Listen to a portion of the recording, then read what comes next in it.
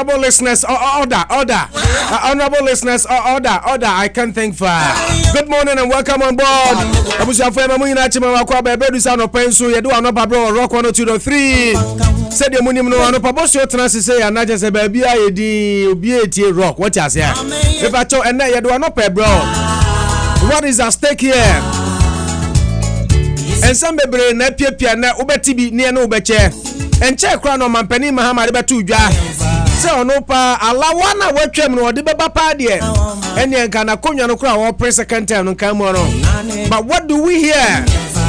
Probably restoration of nursing allowance, it's on the desk. Ya de hun sam de bro. Hwe na na do dan kwa Akufo-Addo nso de nsem bia to dwa o se NPP amanyokuo no wona so ye wen na se o kase wagya ya. They will call you and say thank you, bye bye. We will be talking more about all these particular topics. Kofi Adam say na nado omo oni omo nam ni omo surround no nyina no e convicted drug dealers. Na enebebo humoden na na bonkomo wa fidie so kai na hye no so mampani so akopie mu Bruno Hafo Pantam ho. Now he's in the Bruno Hafo region right now. Campaign tour, but remember say na ye World Teachers Day njo mampani fa bro nya ho bobon kase. Odinse mebre atodwa e wo sunyan potem ho a ni nyina no obeti bi e wo ha live o mampani kasa ni nyina.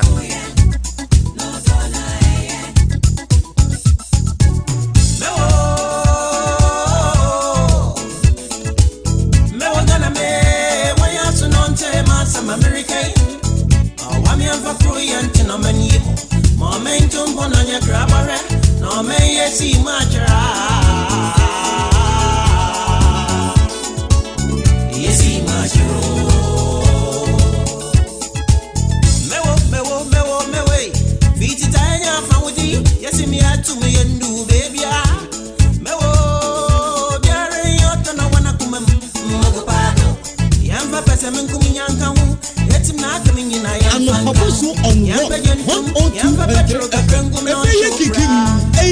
Now, man, yes, in order to carry a positive action, we must first develop a positive vision. So, but to me, I carry positive action. Now, I idea a year. Now, vision, no die soon. What to me, I accomplish. I'm a pacho.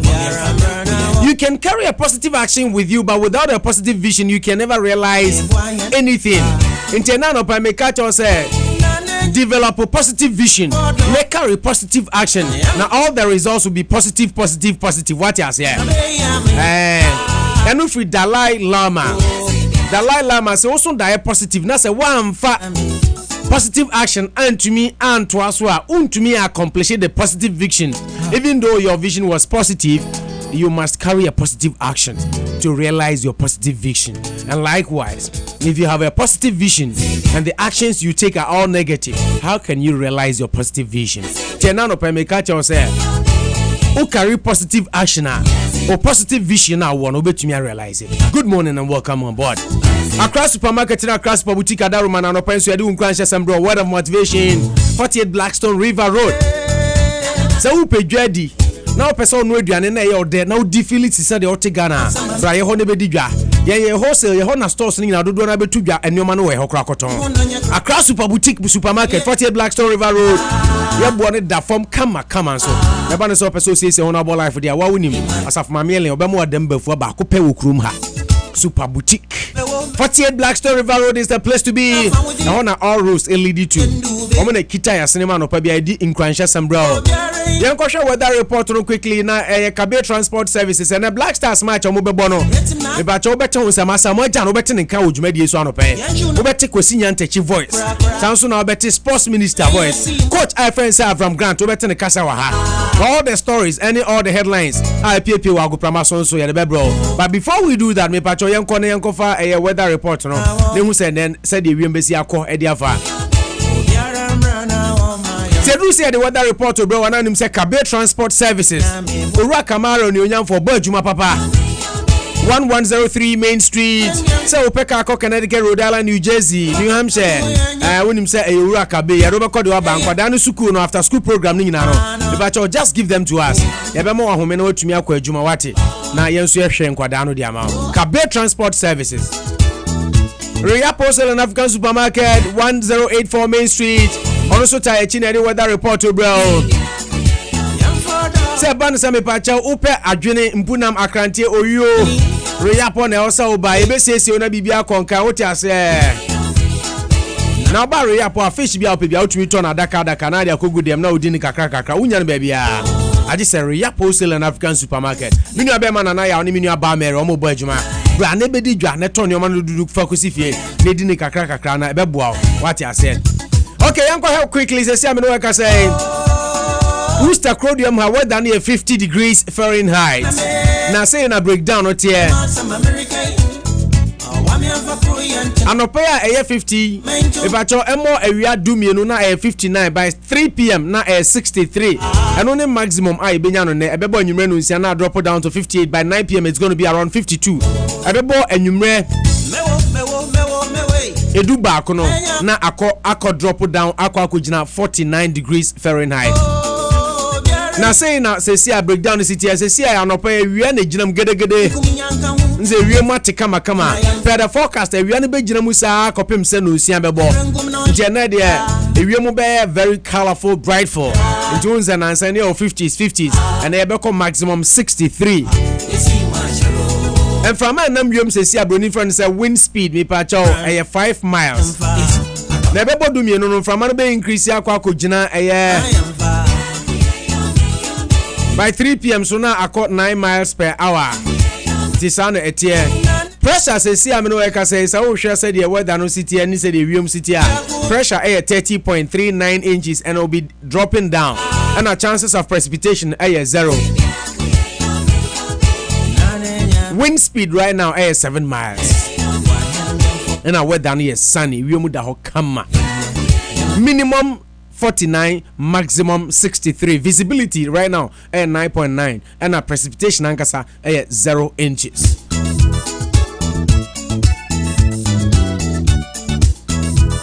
Humidity 77 and a dew point 43 degrees Fahrenheit. That is your weather for the day on Rock 102.3. Worcester and Port Mohanty Moonshine so 63 maximum, minimum 49. I'm on Rock 102.3 FM. Me bacha honorable Samson he say o say akobare sa na che say ye dey. A means of identification who will end up disenfranchising most of the disenfranchising most of the Mr. Speaker. And so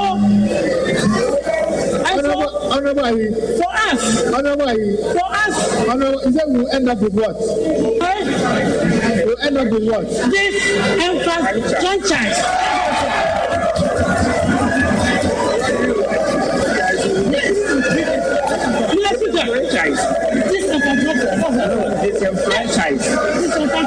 Honorable members, order. Honorable members, order. We will not this infrastructure. Okay, Lewen, Obeti Asiele, Tabusa for Mama Kwaba, this is Rock 102.3. Your morning is running here. Yadi, I am a Pabuso and Bremer. Said the Munimo, Yabako Pramasna of Agudi, some de Abremona, Yabapena, Yadi, the Bocrata Mupins and Pizimuso, Eddie, Baba Thomas, but wouldn't be. I was in BSCC, our Salaga, and it's a Pacosi Indum, the campaign are Oyano, the Kabako, a Tumia for Soko Kum Nipamian, CCA, yet the one man bo. Eddie Ebebremo, I asked him some Roman Penny, I make U10 on allowances. They say, or say, I ask them, Dr. Marco Banse, so president, Adia Bronifan say indecisiveness. If you want FM1, a man Penny, John D.D. Dramani Mahama, or Kansamne, Nachina Wasasana. Ashanti NDC cancels campaign for NPP manifesto launch. And also, Asanfo Frababe, I've never heard the word inflation. Now, I don't call running mate too. Or see inflation until that. Now, I know I don't call crossing and running mate no, or name the date of birth. Are we serious as a country? GFP. And say, or send a running mate, or see inflation until that. And the whole seminar, we have a lot to talk about. But remember, and I say fast Atta, police superintendent, PRO, national, Abedin Komo Jumedi, so Kofi Adams, Yano Akasa, on also, was in Nanado, or more banning in Ayo, more, Sebi, one win row, now, or my Rami Achomo, Yano Akasa, or so, or near Bedin Komo, Ewo Jumedi, so yɛbɛkɔ so nwan wobɛte president nso nkasa ɛkasa wɔ dwumadie so ɛwɔ ɛyɛ to a ɔno nso ɔwɔ ɛne World Teachers Day celebration ɔmampanin sɛ ɔde atu edwa ne nyinaa yɛde ho nsɛm bɛbrɛ Nana Asabre ɛbɛba bɛka me ho ofia me nua bɛma Ernest Ahen is already here Gabi Frimpong Boateng so yɛhwɛ n'anim together yɛka bom na yɛma ɔnɔpa no ayɛ kama ɛwɔ Rock 102.3 na Honorable Samson Ahese on pese obedisen franchise obi dia me so me mpese medicine franchise obi enti sabre dia me pa chomo ye nan ho na yenko agropama so ne yenko fa agudi hu nsem Black Stars ekwa akobɔ ball ewo Tamale Asamojan akasa obeti Ajimambedunka ewo ha sanso ena President of the Ghana Football Association Coach Ifeanyi Avram Grant omo nyina akasa me de ne nsem omo de atodwa nyina e de bro ewo the Sporting Front yenko agropama so ne yenko fa warm up sports mel empanifo kan womwo se aboa enwa wo hwe ne husu yi a ye fra no wotope no kura trodo no wa opoku jamfi wa bin adwumam wanyi aba beye otope. Champions are not made in the gyms. Champions are made from something they have deep inside them. A desire, a dream, a vision. Oppo National. You are a true champion in sports.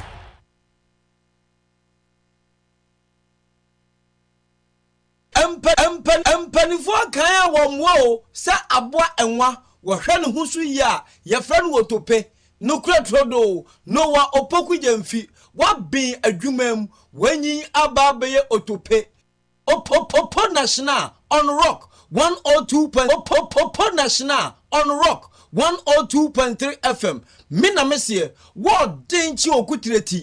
Rock 102.3 FM. You know we know sports.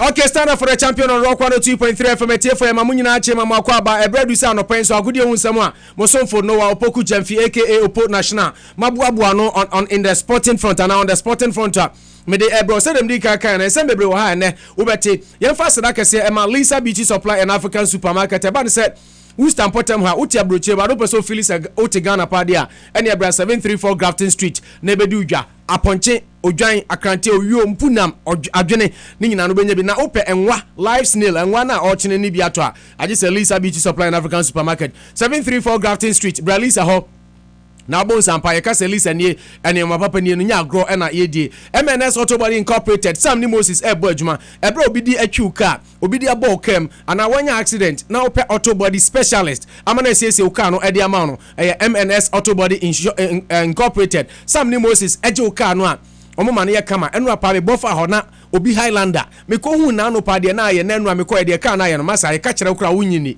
MNS Autobody Incorporated Sam ni Moses mo bo adwuma na ni ka Sam ni se insurance company say okroma nyina ajomatum enti sa wo de ho ba bo mo a wo ba wo Ghana ni wo fault wo deductible no ye shiguma na ye no insurance no edile free 508-579-6829 na ene yen kasa Easy Haul on Demand Transit Service me kan cho say opeka e de akoniaba waba kroma afofro on drive na opeka do bekọ adwuma de waba car do bekọ living na sign de waba waja bibi e ofie wo living no pese fabro only problem o ko Boston me pacho en ha busuanfo en ha yire en ha ukunu Boston $50 ya do bekọ unya no ba bia Easy Haul and Demand Transit Service me pacho from 508-441-4764 508-441-4764 Opa no chikrom aduane adi Gold Coast aduane na ope bi adi a ye delivery at the African restaurant ni nyina na ebra wo kam from so aba ho ana wanya mechanical problem na ope fitani a wa ben na onim de amana sese wo ka na ma no krom ha nipacha obi aginatum Dan Auto Repairs owura danso ni onyamfo obo adwuma ka duru wa no sampa maduru ba bi a me ho atome se ban se obe tune up nipacha oil change na aso ana wanya problem with your timing belt fan belt o shock absorbers no any o brakes ni nyina problems aba ho a fabra 45 Fremont Street na owura danso any Dixon any Ofori ombesiese car na ma Dan Auto Repairs na eyeye for ni kire ho from 508-335-2667 508-335-2667 Nana BPS enso e ka kire say se obe shepo ni o ma fikrom ha say ye drum say ye mo na de ko say car na o shepo o pe ba bi ayo container me pa cho only problem BPS towing and automotive recovery and na nankasa and afre Osaji na bra 105 Fremont Street na YNCSU shipment ne dia obi a boga bia shepo ni o ma kofie one way or the other na ba bia de fa na ya na problem enu nti na nei Ghana for wo wu study ye da na ya da no nyame nsa dai so esan say BPS wabeji ade so anyina asoa e de amai 508873667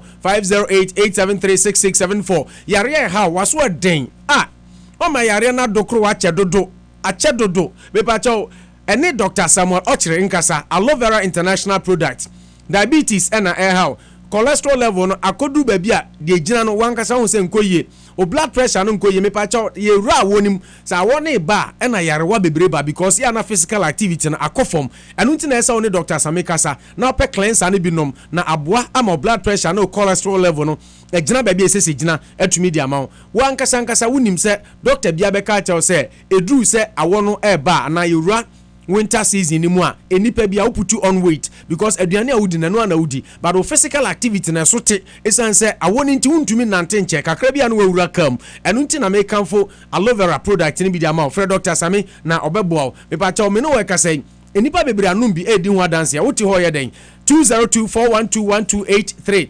202412123 and not Chrome Ghanaian and international restaurants. They said the say upeduane dia de jawo media me pacho kwaku shoes aso ye jollof rice bankuni tilapia wache aduane dia de and not Chrome na benya biedie ubetu kwan anya ba bia na to ticket baby aso koto ticket Prestige Travel and Tours me pacho say ban say oko Accra Abuja Abidjan Banjul Bamako Conakry Dakar Douala Port Harcourt Lagos Lomé Monrovia Freetown Johannesburg Nairobi Cairo Addis Ababa ehin na oko ewo Africa airline be na ope e de etu kwan say Delta KLM South African Airlines Atlantic Virgin Atlantic British Airways Air France and our share me pacho woni problem Arik and ope ana ope Air Italia ya do be ko air ticket no so air fu chen baby a so be free Ghana e ba me pacho men to ticket no Ghana because Ghana for ticket no ne bo no aye den dodo enu nti na Prestige say ye ne ti krom ha ye da ne ada me pacho wonim de also ya ne so de fa Main Street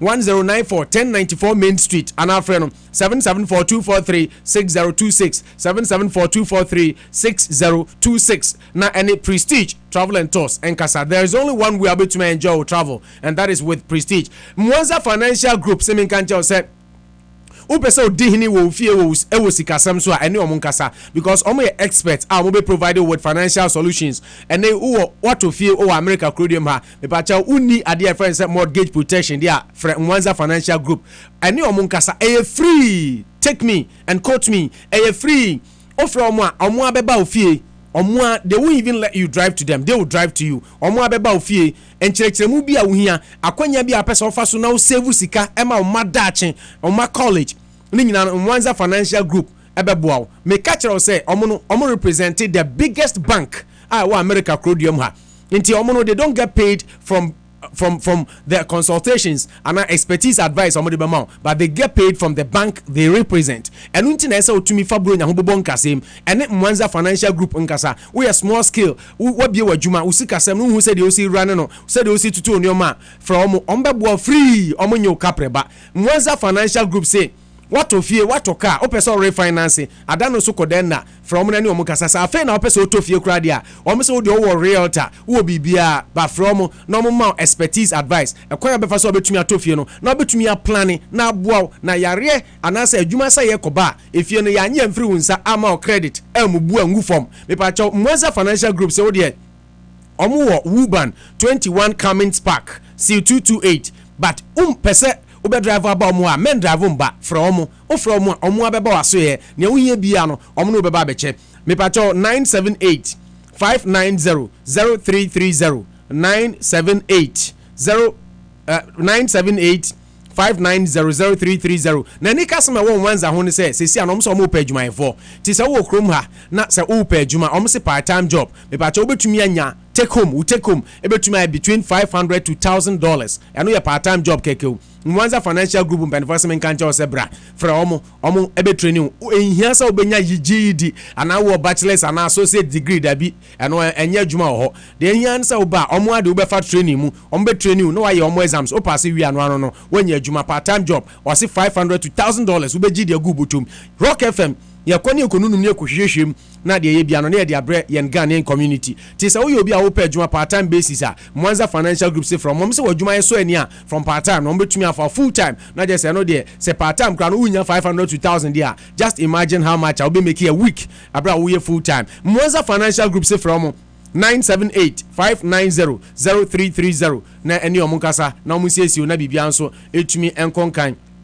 enyumako we nyina ɛna ɛta yɛchi a ɛnɛ anɔpɛ nso yɛtumi asɔre a yɛaboaboa agudie ho nsɛm ano a yɛde ɛbrɛ yɛhyɛ nsɛm no ase esan sɛ ɛbrɛ ɛnhyɛ da ni afa ne monitor na yɛhwɛ agudie ho nsɛm a aba bɛgu dwa ne nyina mfa ma ho ne hu sɛ deɛ ɛnɛ sportingly nsɛm no si ɛkɔ ɛde ɛfa mene wo ɛkasa deɛ nyame ɛyɛ adoma Ghana ɛwɔ ɛyɛ match kɛseɛ a ɛda anim ne nyina ne sɛ Ghana Black Stars egyina akono a nyame ɛyɛ adoma bibia nso ebetumi akɔnkan ama yɛhu sɛ deɛ nneɛma ebesi akɔ ɛde afa na Ghana ɛne Uganda ana ɛde ɛfis wei ɛyɛ first match of the World Cup qualifiers a Ghana yɛbɔ na ɛno na mene wo ɛkasa sɛ mmeranteɛ no ɔmo ni Abraham gusu a ɔmo ɛyɛ ahoboabo a esiesie ɔmo sɛ deɛ ɛbɛyɛ bibia nso ebetumi akɔnkan na Ghana etumi adie na ɛnra ɛkɔkɔba ne sɛ ɛyɛ Ghana Football Association etumi organize press conference ɛde man centrefo ɛwɔ Ghana sɛ wɔmo ne mmeranteɛ no eni nkita ho ɛna coach Ifrance Avram Grant nyina no wɔmo ndi nkita ho sɛ deɛ ɛbɛyɛ bibia nso ebetumi akɔnkan na afei ensɛm bia players ne bi wɔka coach wɔka no so wɔmo de atodwa na akwasi nyantachi ɛyɛ Ghana Football Association president a sɛ wakɔ akɔpiem ɛwɔ FIFA Council Board ɛso anaasɛ FIFA Executive Council no so yɛntie ɛbrɛ nsanhwɛfo nhyia mu no bɛhyɛ ase nsɛm a ɔde to dwa. Okay.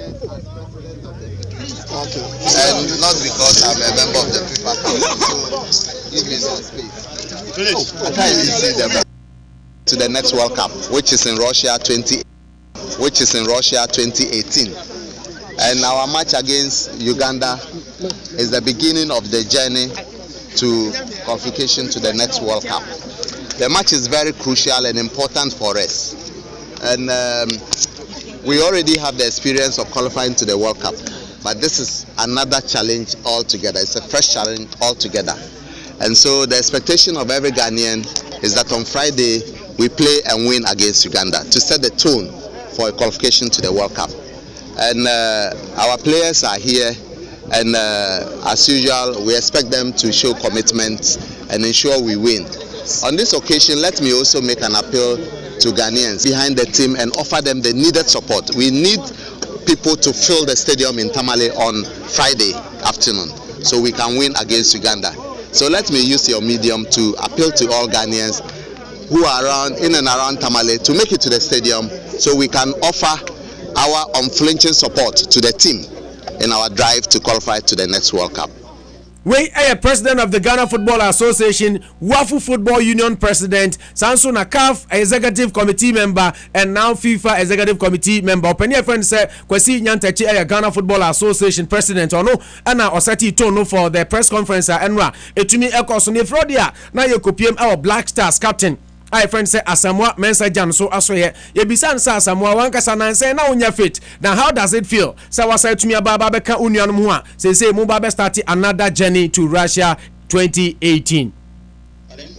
Your fitness. Pardon? Your fitness. I mean, should we worry about it or you're okay? I'm getting better. I think my last game I scored twice. I played 90 minutes. So talking about health-wise, I'm still not 100%. I'm getting there. I feel good in my body. I think I can play 90 minutes now. So I have to work on my resistance. Not to get tired that early, and that is what I'm working on. So definitely, I'm working with 24 players. Everybody's gonna support me to do what I do best. So we are praying for victory. You're the only surviving member from the 2006 squad. How eager are you to ensure we qualify for another World Cup? Yeah, it's another long journey.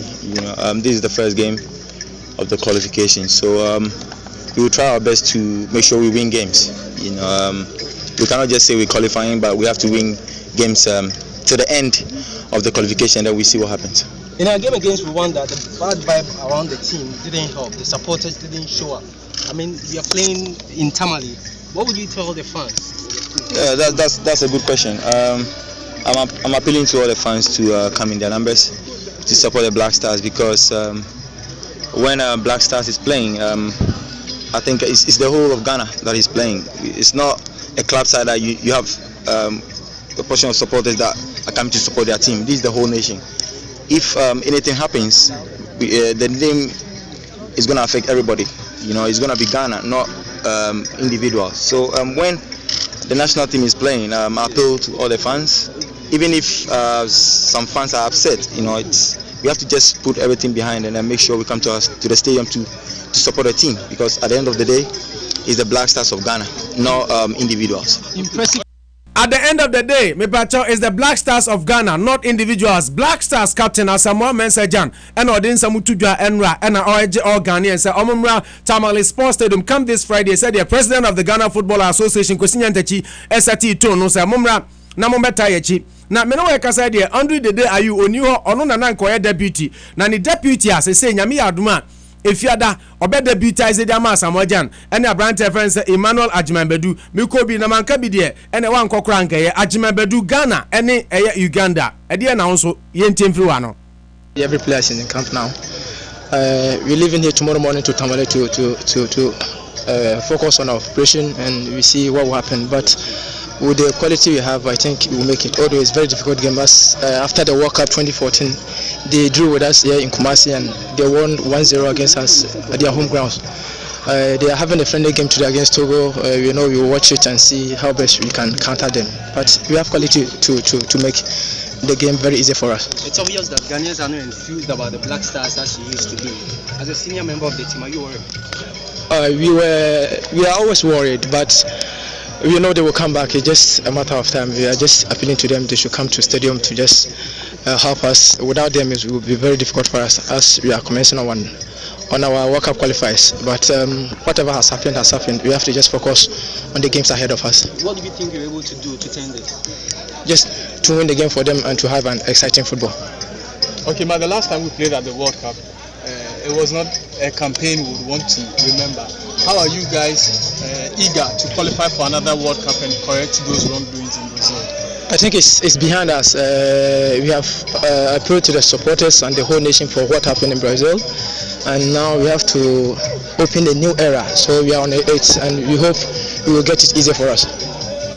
Ajimanbedu, a senior member of the Black Stars, now going to be the deputy captain in the absence of Andrew Dede Ayew and Odin Samutudwa Enra. Said the koto ya Brazil fiasco ni nyina ya de agu yachi and yedika pa ho achew apa Ghana fo nyina achew said the see bia mo fan chen ya no ye pese open new era na new era ne say ye be start with Ukraine nyame adoma fiada na ya show mo shetro na ye wi ya qualify for Russia ne ko Russia de akoye na Brazil ne ya make amends ama Ghana fo nyina ho say ampa achew pa na ye pa ye no sabi na nya fiasco achew pa na nya fluke ne mum achew pa na free akoma mu pa we ene asem a Emmanuel Ajimanbedu nso ade tudwa na obi be bisa say Asamoah Gyan captain akasa deputy a ono so be ginam ade ama Ghana Ajimanbedu akasa hwan and obe bono madia obetumi akochi mrantia na amomadi nkunim papa oye Israeli friends Avram Grant coach me ba cha omoma yentie sema Avram Grant adi tudwa ahead of Ghana and Uganda game eba so ifiada no. I don't think it will be easy game, but our target is the same, to win and to do everything to be in Russia. And you, the last time you weren't particularly happy with the way the build up to the game. Are you happier with this one, and what would the overall strategy be? Are you hoping that you make the most of home advantage, especially because it's a home and away thing throughout the qualifier? Yeah, it's a group stages. The most important that we finish first in the group.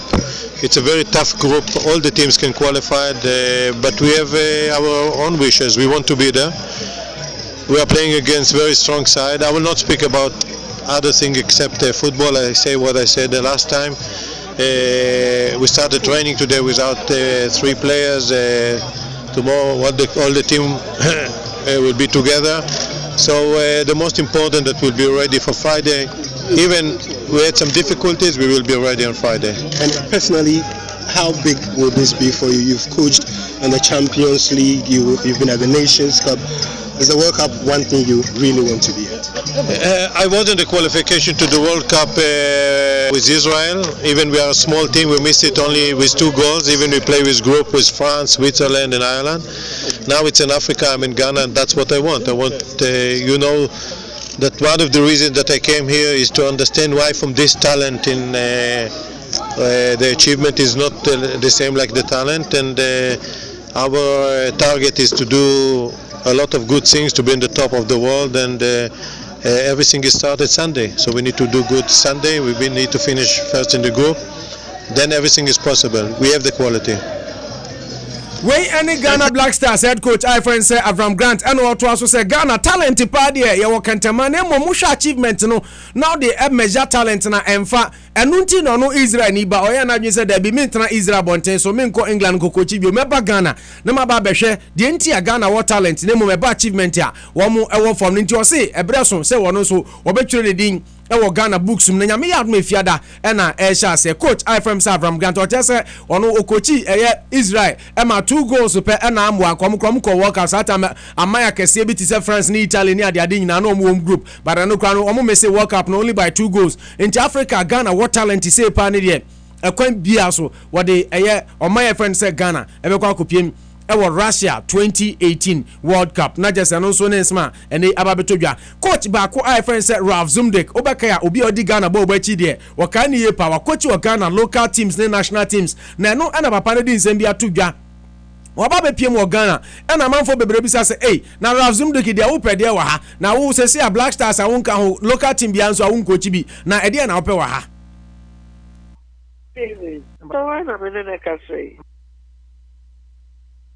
I only can hear some. Could come some days because there's a break in it. Okay. So you're taking advantage of it. Yeah. I'm still with my club is Ferencváros Budapest, and so we have a big job to do there. But I just use it here to see the development of Ghanaian football since I'm gone. So, and I'm happy to see. It's good. Now, you've been monitoring Ghana, even though you visited the nation after coaching the Black Stars. Tell me, what is your view about the qualification route to Russia 2018 for the Black Stars this time around? The time I know it was Ghana was not qualified, and they made a really big step, a big development. And I think it's such a strong team, and they have to go to Russia. Absolutely. For my mind, it's absolutely clear that they go to Russia. Ghana is the same group with Egypt, Congo, and Uganda. How difficult would that be? This is, I think Egypt is traditional, also a very big team. But Ghana has made a lot improvement in the last World Cup. So for me, the Black Stars are absolute favorite for the group, and then we will see. I think they will go there. Question to you about Ghana hasn't won it.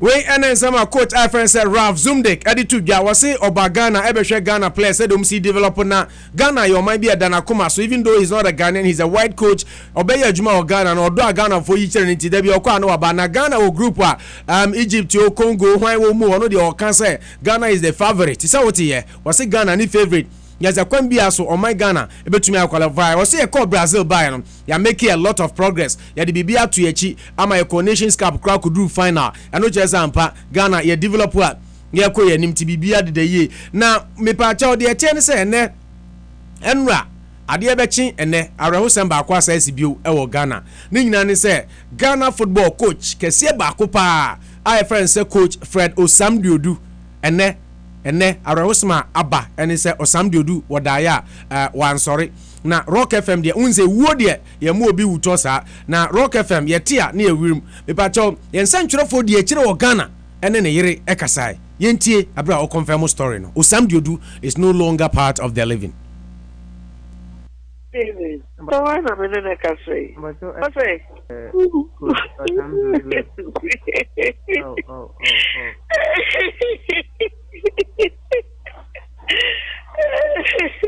Mommy, but you bet me confirm my yes. But you may have 5-10 or that.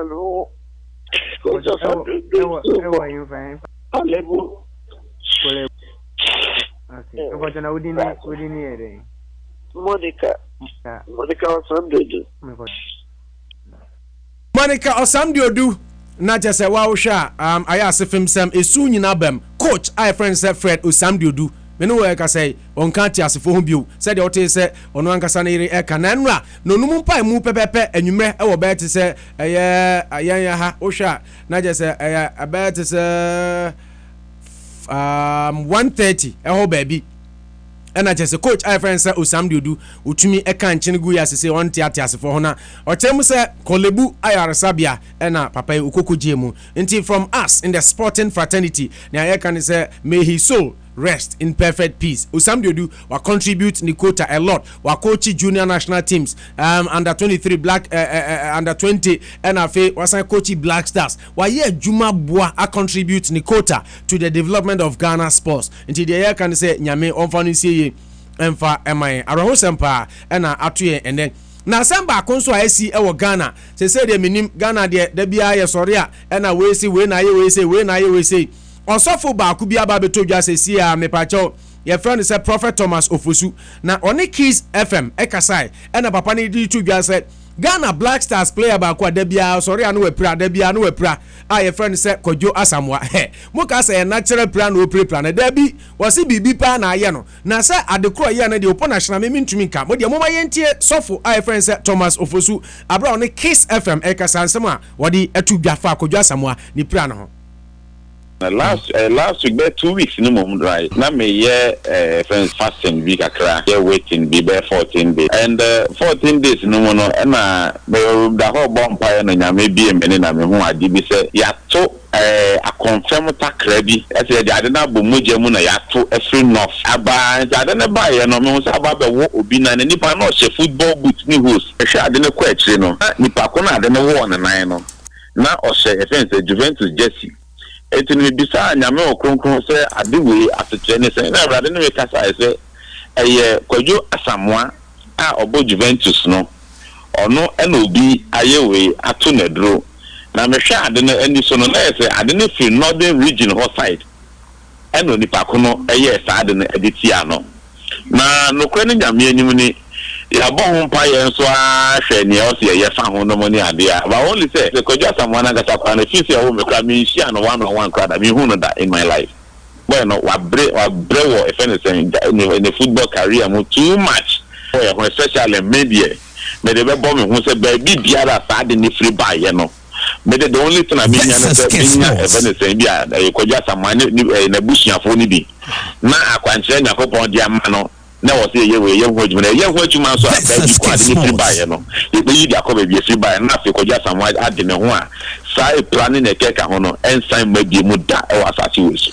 Okay, openi outene kan Prophet Thomas Ofosu oni Kiss Sports ekasa eno de nsem wetu dwa na ono na da asori a ye friend say Ablaze Mystery International Chapel ano na wode Tema branch ono na de nsem wetu dwa na wo kasa no ena ye bisa ne say na sa Kojo Asamoah de a eno no sa no de na ese ye nipa no koye edru no northern region like hono mo koye ade no only say ye juma we na emma kwan say obo obi say nipa we na why say ne man yesu nti say nya once nyame time yi a chese nipa no efe say ha no koye ade no eno mo ni na keka hono de e say nya kopon betime yi nipa ko no so de aye e de say ba me de nyame adum nti ni nipa ko but only say enye fan say de we but okay, Exodus chapter 22 verse 8 now Bible says suffer not a witch to live.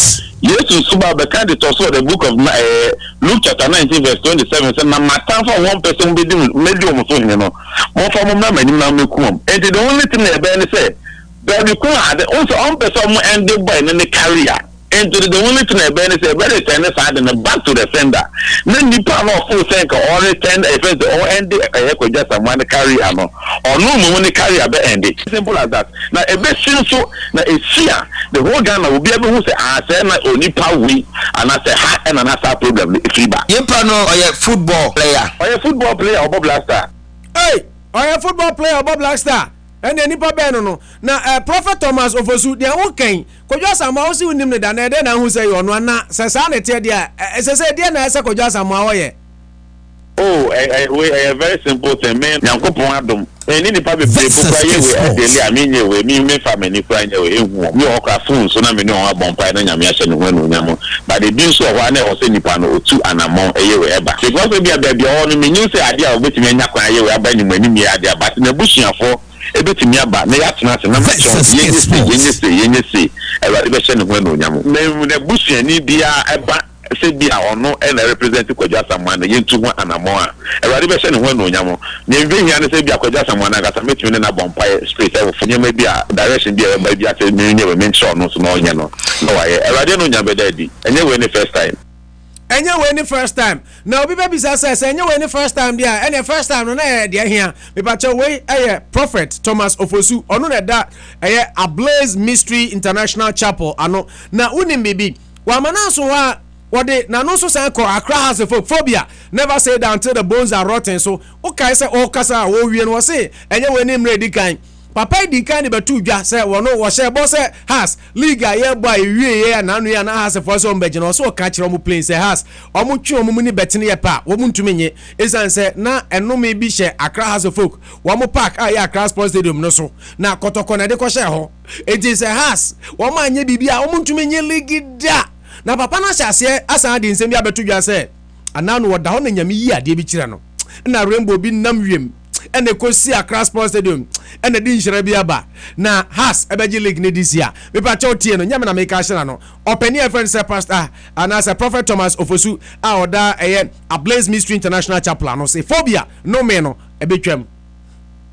Yeah, Namesa, you tell me, Dimono, Efa, Accra has a folk. Oh, say, has maybe more interview my maybe make a say. That's sports. And now the Accra has a folk a bit in because of and maybe a cost war, a friend the same way, Accra Sports Stadium, or a Kotoko for ADT has a folk and Intia has for Intimisha Kotokono. 14 days, you will say Rainbow, actually, a friend is Accra Sports Stadium.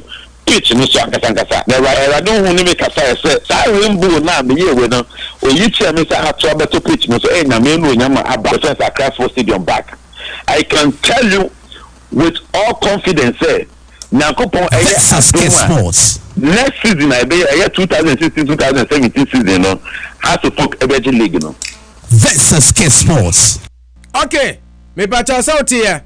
Wasi adie bi akumasi asante kotoko yedi ti Accra has folk enu nti na has ntumi hye kotoko won kran no adie bi wo park no so nti na ese BBC na 14 days ni no hu se Rainbow bi firi so na to so ene Accra Sports Stadium park no so akoyi adie ni nyina firi ho nti safi we has anye league na me pa cho so fu yenya de den na de mi bisa no se Prophet ono de bom nzam gwa no hu ana e asem bisa da che beba ho aha rock 102.3 ano pa bo so na we agudi won san e bobo ano de bra no pa bi atu den warm up sports and a wutie enra something shocking see the world of football money na say black maidens ya Ghana mabawa omunya nimfie du nso ejina kono wo Jordan ewo World Cup mo beka yen first match anko ye Japan che yen hye kanum ba kokura yen tumi antenti enra ebra ni USA ba bebo no na mu oden enra no pa warm up sports so no me bo coach ono eda team ya no Evans Adote voice ema hote nsemu a wodi atu edwa na USA bra ye ya no pabosu enra na na start game no ye hyase ya na USA omo hye baako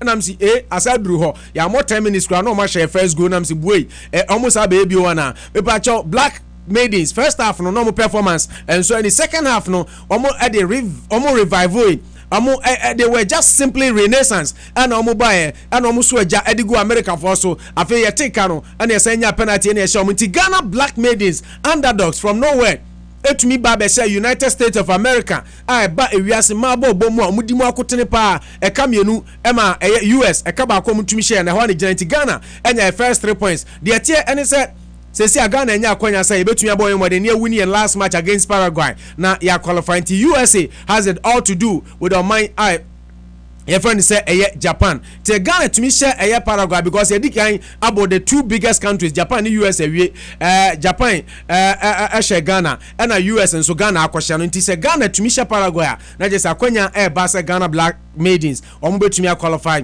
na me pa cho bo no wie no na Ghana coach friend say Evans Adote one Ghana best player of the match I friend say Adiza to Kubara Mustafa and so kopiem our post match conference said the FIFA organized tournament bia no na rock yes an kopiem ho your microphone yen ekoba bia yen tiensem a wo modi tu dwane question said o mi ya no the fire Evans Adote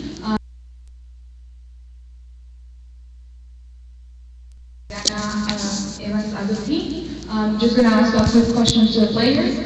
So,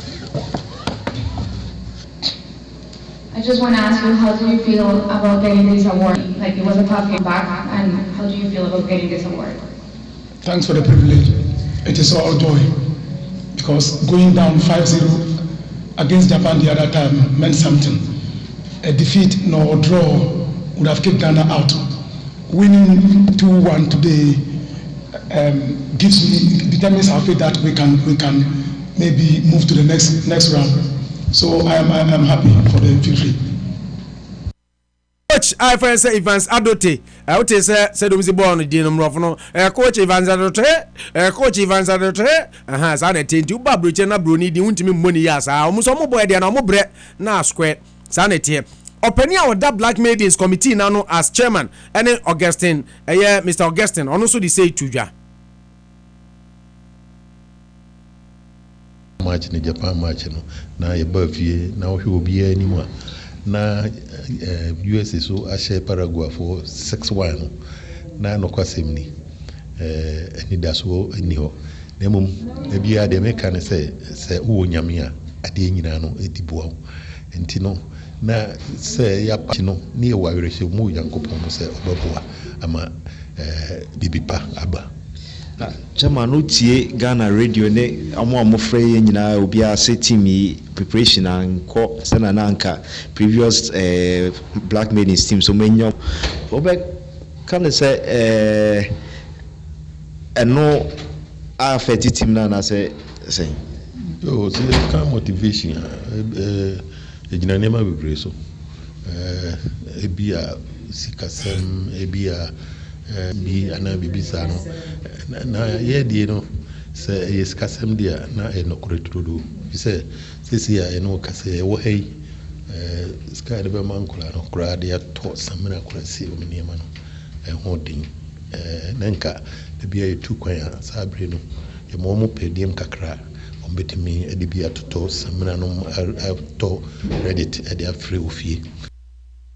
Rock 102.3 FM. You know we know sports. Pepa John some opani di tu dwane biro no. Wose samana kra e maba on sabi ye enwa said na America no. Ye de be mom no de ato sika de be mom no de ato samana. No mo de adwaro kra bi ni ho. Eno da nchen kra e ma ni bi sabi omubu omunsa sanitary parts kra no. Womu nya sika ntobi omu de nyina ato machi asha America kamienu amomati mu baako ebere ni nti yentumi mfa voice ni nyina ne tenten no mremo said ye mote ye no na we e opani e friend say Augustine no ye management committee chairman a GFA for suma na oda eye team na no e de omo ekoyenti Black Maidens at Ghana anim na mu mare hosam ne say samena any sanitary parts kra bind to me nyesika ma omo emomu ntobi yen ko he eye amanone nsem baako mienu ne mfa agudi onsam no mra na we me ne wo kasa de Gareth Southgate ono na say obe leading England amo mabo omo next 2 months matches eda omo nim nyina na say na yesi ne sika obeje no obe any £500,000 sterling say obe leading England over the next 2 months keke no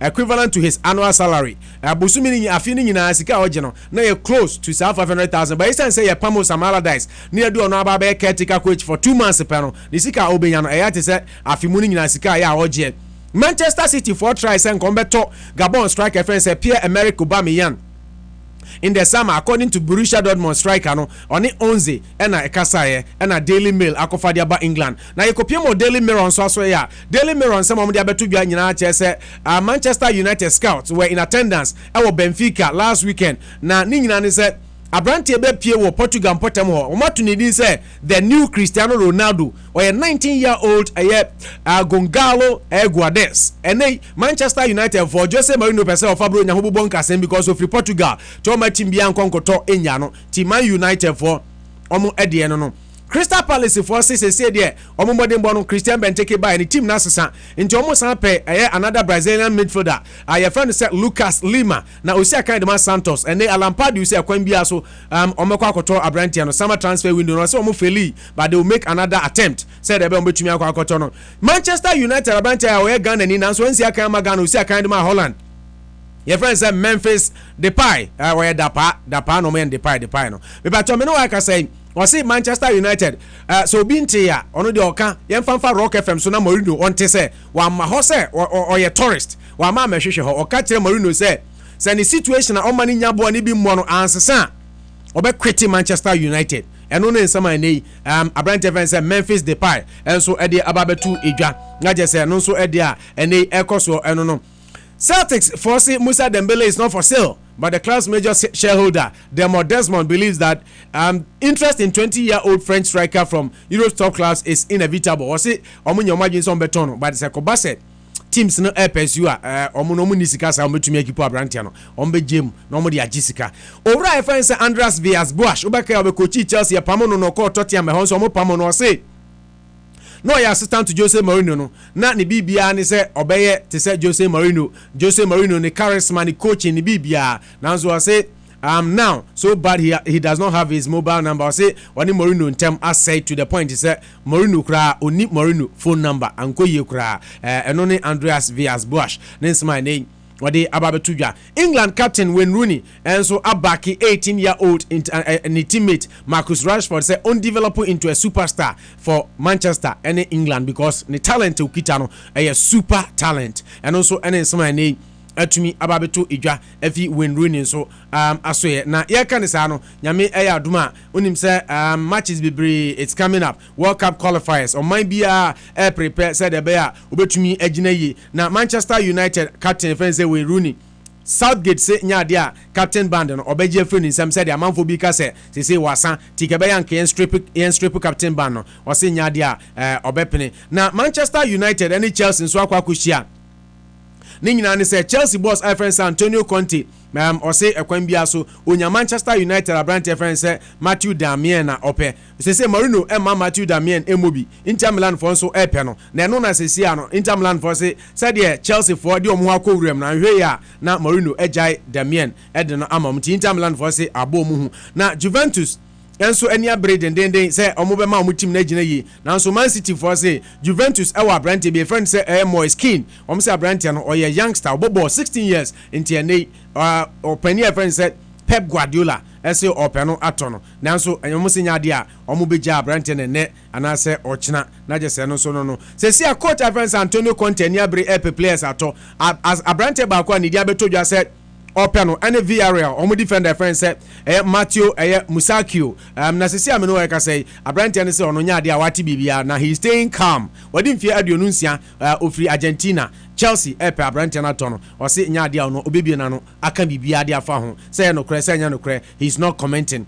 na just no so e de a ababetu idwa enso e wo ho eno no Chelsea coach Kroye say ameno we ka say yes or discuss January transfer window plans with owner friend say Roman Abramovich obeka Abramovich say there or back no say sika bi ohia bia no or the bema no otumi e dey overhaul Chelsea team no tie na yes oni papa na tenase mo discuss say the be players are person auto nyina no omo sha ase 10 na time na ansan kwanko do or mistakes omo ye no omo ansan ankwanko repeat na just no so ensem na atumi ababeto idwa aha eye rock 102.3 sedem di kandi tu dwa nyame eye adoma eye ochina matches ni bebre ebetumi akoso World Cup qualifiers ene ade ebi mbebo mu de achina ebi musu bebo fiada na bibia nso atumi akoso ne omu wi next week Tuesday enso ebi mbetumi akoso ebi musu bebo mu de over the weekend unse Europe ni Africa ni Asia ni ade no obia ne time ode ebone de na jese no so ntinyame adoma ochina ena games ni bi be koso na said e besi akoso bia no ye de ebebrem na bohu na ochina no Europe no Austria ni Wales ebebo Iceland ni Finland bebo Ireland and Georgia Italy ni Spain ebe tough game pa World Cup qualifier Italy ni Spain Kosovo ni Croatia Liechtenstein and Albania Macedonia ni Israel Moldova and Serbia and Turkey and so any Ukraine where Europe South America so Ecuador ni Chile bebo Uruguay ni Venezuela amobeka ya sa match na makachi am say Uruguay omo so na say omo yensamfo me ya twoma so enti omo ho be kire omo yie pa omo match omo bebo no behind closed doors Paraguay ni Colombia bebo Brazil ni Bolivia Brazil nso nya aso twen ba omo de no na fine na Peru enso ene Argentina enso ebebo nti ochina na sa World Cup qualifiers we nyina no ebeko so busuafo ha ena abrebe mai kwan na ede anopan so agudi onsem a mosomfo Noah Opoku Jamfi Opo National meboaboa no de bremu nyina nso asi ye na ye homra na ye ba se de medical catch on ye be ko Ghana ensem no edoso ya boaboa nyina no de bro mampani akwa osunwan a okọ eye to na ene o take the opportunity to celebrate World Teachers Day ensem odi tu nyina ye de bro na Kofi Adams say Nanado ede sebi convicted drug dealers ena de atwa no ho ahia all the details and afi omampanin so nsama ababeto dwa se nursing allowance a wono a shebo afi de Is he going down on his own promise? These are many more coming up. Abraham newspaper review segment of the show. Eddie bro. Coming home now you go for a short commercial break. Yeba. Nedi diakani na Eddie Ebramo. Anopaboso on Rock 102.3 FM. Ebeye kikim, eye kim. Rock 102.3 FM. You know we know sports. Anopaboso on Rock 102.3 FM. Ebeye kikim, eye kim.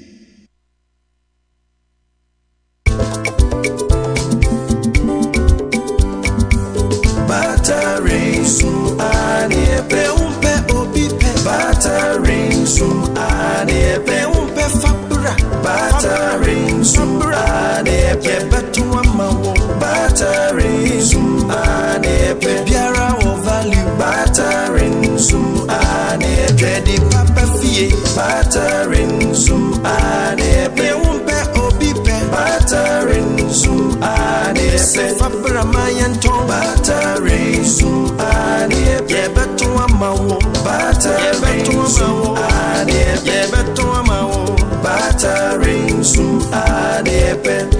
Hwehwɛ wo www.batteringzoom.com. Battering Zoom and epe. Are you ready to get your finances back on track, or are you worried about your financial future?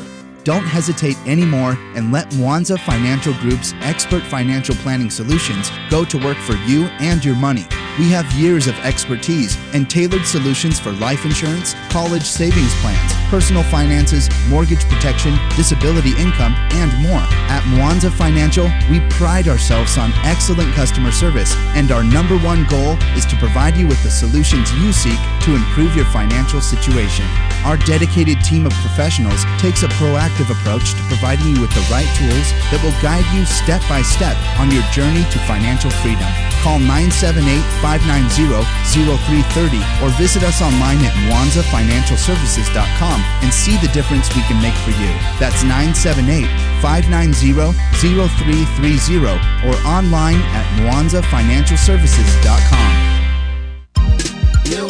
Hello, Abu Boga. Jack me tell one car chair. Average boko there. Oh, bibi aboko e London. Mata ji say the Ghana here don't tuba ba bro. O de bancha bonum. Esan say, me wan nyina, mpese me ba Ghana. Ne mo baby a me ba, me di me tibeto, na mo feel comfortable. And I made you. Atia bisani abro no. So person feel very comfortable there. Hotel Elizabeth, e dem ba ko pe. Me nwane me nanfo mo abrochire. Me semu say, so abrochire mpo na person bedu Hotel Elizabeth na. Ye do beba, ade e den say. Hotel Elizabeth, your pickups for just over do airport near far near Duaco. Hotel Elizabeth. Hotel Elizabeth, American once a me. Onya, and Rami Fabric landing airport to pet, not case world training. Now, rooms, a very luxurious and comfortable. Your mini bar, satellite TV, and your sour standby generator. From numbers, mommy. Hotel Elizabeth, our Accra, Yaben Airport, Fre 0244 883552 and 03029768849. Hotel Elizabeth, our Sprinters Road, Yaben Mayfair Estate, Airport, Accra.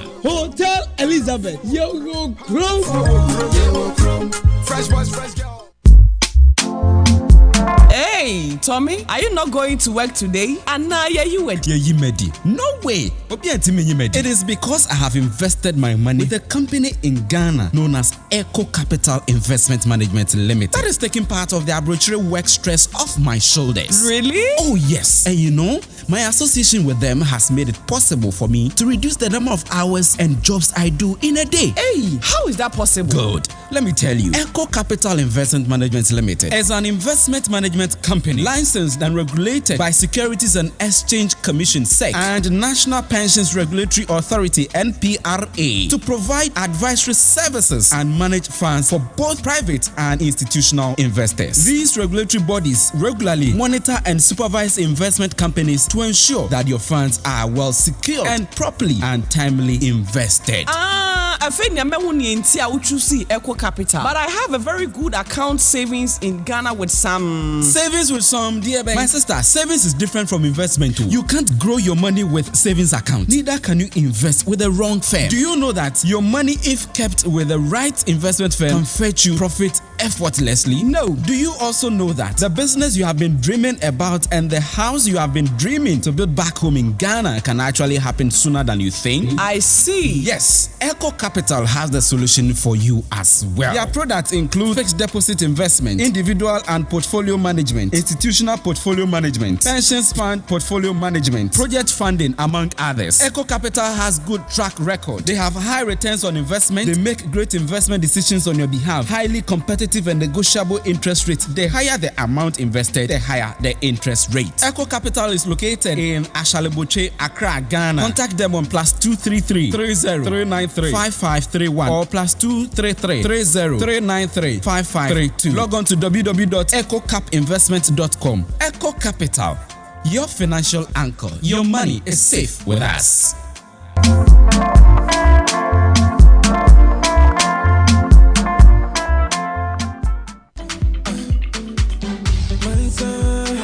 Minya nasa no pedia woni minya me fe minya ja ka me fufi hayi abesi hayi ano akwana jimsika trobia Waja okra 220 eni ongomati kopo makacha we say United States of America memuha metra Worcester hadie se wo peka papa de wakod waba a ebo no former enu ani Empire Right Services sir ani Empire Right Services do Empire for de wo mu boda form na de ba ko mo ni ko hu pa ni safety obambo nti uni problem kra kambiam de wo ye ni sem o mefa wo afre adwumam ade akwadwumam efie to fie enkwada holidays o mbekọ game center o mbekọ nyina Empire Right Services omu demba akope Empire obia safety hu hia no internet emu obi emfa nkwa ha ne ha anyu sikabumo sika teze hunumnwi ne twa dem pa intituga se obafu shan ewo krom ha pa de a mane nyina enya Empire Right Services we de majetum intamanfo bom na ne Empire Right Services nie obia se eye frɛ 774262118 ana 774262118 Empire Right Services and no.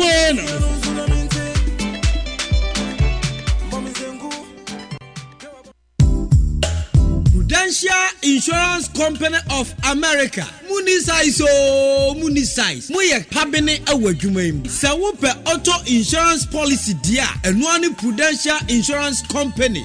Bia na wo so open life insurance policy. Anu betimi aboa abo ma no daache ho ban. Anu nti ana mekanfo Prudential Insurance Company of America. E dia ma ye health insurance, long-term care, retirement, funding and a mutual funds nyina. Prudential Insurance Company of America. Adwumen yabim say insurance nkwa na hwe dia onua hwe na wan kwati kokoniwa fa woni to Prudential Insurance of America so na ye de ye kantinka ewa adwumen. Prudential Insurance Company of America ewo 9 East Mountain Street site 205 Worcester MA 01606 Fryan 508-459-2875 Anna 774-253-2282 Fax 508-459-2875 Email address esrifinyaku@prudential.com. Prudential Insurance Company of America. Womuni classmates. Anopabusu on Rock 102.3 FM. Eya semsebe TB. Rock 102.3 FM. Mama ye tensam mina mesie wudia hinkan bema mutimu oso obutantim Paul wa mantem wache di kanfo ane Rock 102.3 FM muba ye nche na so de mu ye de amanfo ho po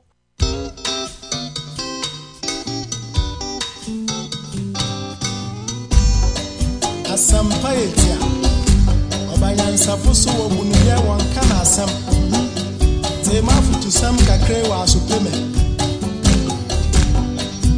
Yo kofi oman ya woman Omani ya memana Geni baby ako Wacha za ya wareni Ano pabusu on Rock 102.3 FM Ebeye kikim Your boy and bray, ye be ye, so if you have for your mamma, Chima Quababio. We went for a short commercial break. We are back now.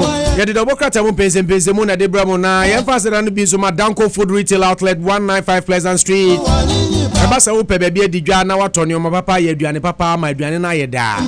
Na Danko, Penny, the Penny, Oba, Ralph, Jacob, Philip, Omina, Uncle Paki, and so Honia shall to be a Danko, Namuzo, the Pacha Upe Pokutre, a Jenim Punam Akranti, Uyu.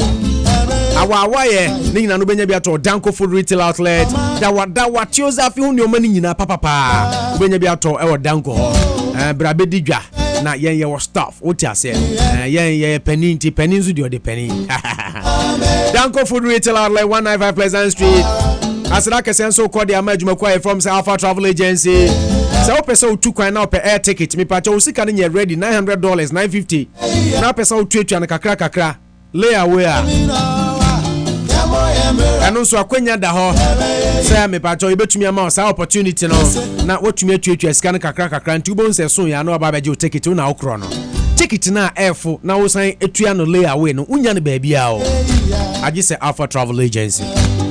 Almost tired China Rijumadi bro. What the can't Mwanza Financial Group who encomo Sanso and Wate Empire Ride Services. So Peka Dia Kwanaba Worcester Hano $7.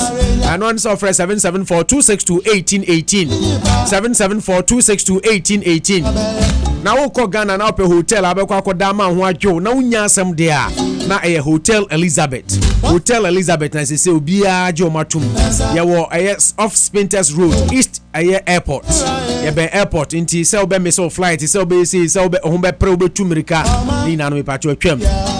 Na anika samba kwa wo Hotel Elizabeth woni se ubuku America Crudium hadia ye ma special discount makacho se hotel no American India inti anything I wa America Crudium he bia ubenya bi ewo Hotel Elizabeth enu nti na America for koda ho a omho tom frɛ 508-615-0473 Nipacho 508-615-0473 titru ne mo amoko Ghana mo make it transit udu Accra obeto aso ba ope ba bia dama ho ato no. That is the best place. What you say? You born that form luxurious rooms, everything like America. And a bonus of that form. You want nice restaurant, nice bar, beer did them. What you say? Hotel Elizabeth. I catch us. I feel now plan is over Ghana dia from now calling your baby pada. 508-615-0473. So corner so constitution and for near dia diabu no mukra dano mu. Echomania mama fu bi wi. Hotel Elizabeth in Tia Ghana, you kono akuku druso.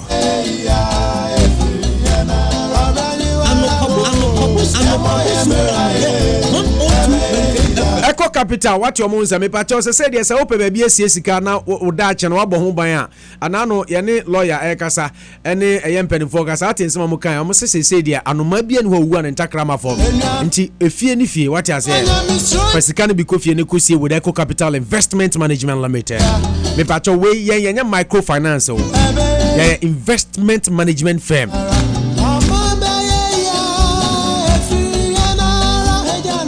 Bra now ba yen dey yen say juice kana na dey akoto deposit papa and shares ewo Barclays Bank, Standard Chartered and as a commercial bank ye hwe banker on be my good deal no mama interest rate e be boa ma usika na grow ntem esan reputable ni credible bank juice kana wo de koto Eco Capital enye bi ni maya na manfo from say na opo entesa microfinance and there be Eco Capital is different from microfinance because ye share Bank of Ghana say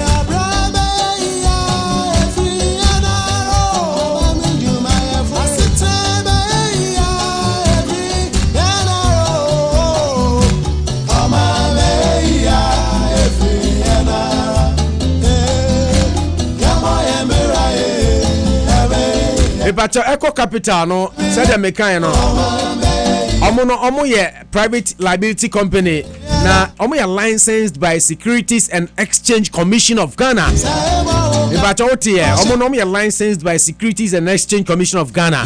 Nti omo no nya Bank of Ghana na omo ehwe omas. Nti odi usika komo my investment ama ana manage usika ama wa. Ibacho how ni suru bi enim. Enyina yesika hye obi. Te ya kan enim ne ayeka. Bosumi bia bank statement beba obehu usika na say dey si call. Omo be bro statement na wa say to me your online banker. So phone so crowd to me check usika na say dey si grow nyina.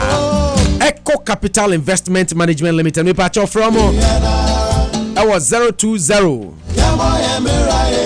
But I will 020-850-1565. 020-850-1565. What there's a how be an inch mubia so here for Crumfante Obabua. Or no, you almost see an emo or bill Sikasam to Chim or better crime before also be to me be account with Echo Capital. Now Sikano much me a shesso, Ediama or Ghana. Now Ukufia once was can free hanko. And my co-wing on a tire chin double crater bro. My big brother is already in the studio. Papa Kwaba Pump to say. Where there? Be a course there. And the Bocrata Mumpin in your body tell because we have a lot to talk about. So, man, Penny was yeah, what? Okay. So, what telling in issue her and to man Penny was I didn't know him. No, different from Winim. Winim, they say you know. I know, yeah. Where somehow cano. Uti, make I say your school and a student back on choir report. I'm a teacher, and if you know, teacher. Say, what who say, or say, Debbie, me who say, and who be na person can. Who knew different from say Unim. Unim, yes, say, one young information, what a different from say, one who can say what who say president I was an idea and I bet me a guy that be maintained by minim and I mean who by Mate and I mean Massa would me yes our logic and logic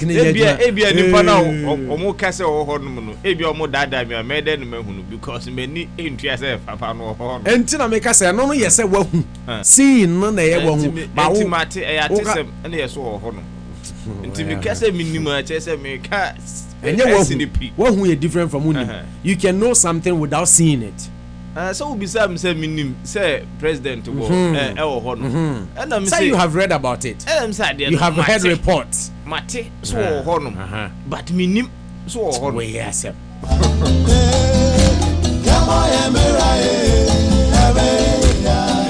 Okay. Yansha stories no tell na afi yankɔ lines no so na yentra ni nya mpanefo ni bi ene omo enkasa na yehwe se de nneema esi ekoso ede efa enra enwumre stories bibiri bi ba me send bibiri o meboa ensem bibiri epipi yenhwe enu mo yemfa enu mu tell enu mo enu ane ensem a me se ene ebe se da pa hwe na afi yakwakohwe amampani sunwan no nsam so a ene ode atu edwa na yem beginning from IGP in some of the Ababetudra. They said the Ghana for say amount for any ajibara na utie peace news na. Yes, sister la police akwani bi say akwabi driver ni bi a peace for interview no say police for no give me 20 Ghana any. Okay, IGP orders policemen to stop checking drivers' license and others. Now, the Ghana Police Service has ordered the cessation of motor checks on the country's roads with immediate effect. A wireless message from the top hierarchy of the police in Accra Tuesday said, quote, all motor checks in the country are to be suspended with immediate effect. It said personnel of the Motor Traffic and Transport Department of the Ghana Police Service are to be used only for traffic management duties. Yo, a tier for Cecilia Meno Kase, a Inspector General of Police, Penipa order a police for no Ghana, John Kudalo or the Kasebi Atujua say Ghana police for Nina Muntina Supreme pa and say the bribe no ados dodo anya dos what dane kwabna ma ados all kind stories I know say ados dodo bribe je na ados na say the omusiji no e fe kra keke na de efe de ne se ni so mujai efe keke na eno na opani de asema to dwa say sisi and the police fo a omugina cars na eji kakra gu ebotom ni ade no omunjai sa ade ni nyina na sisi ane de gi say bia police driver ni no traffic offense bi e bia wo gina no a kire ne so wonfa benkuma na so wonfa nimfa ekwan bi koso anim honom nti won wo kire no kwan but say wo gina no na wa scrutinize na hwehwehwe no mam kratam ni ade no sisi ane de sa ade no omunjai na adoso dodo now motor check memo was leaked. Police.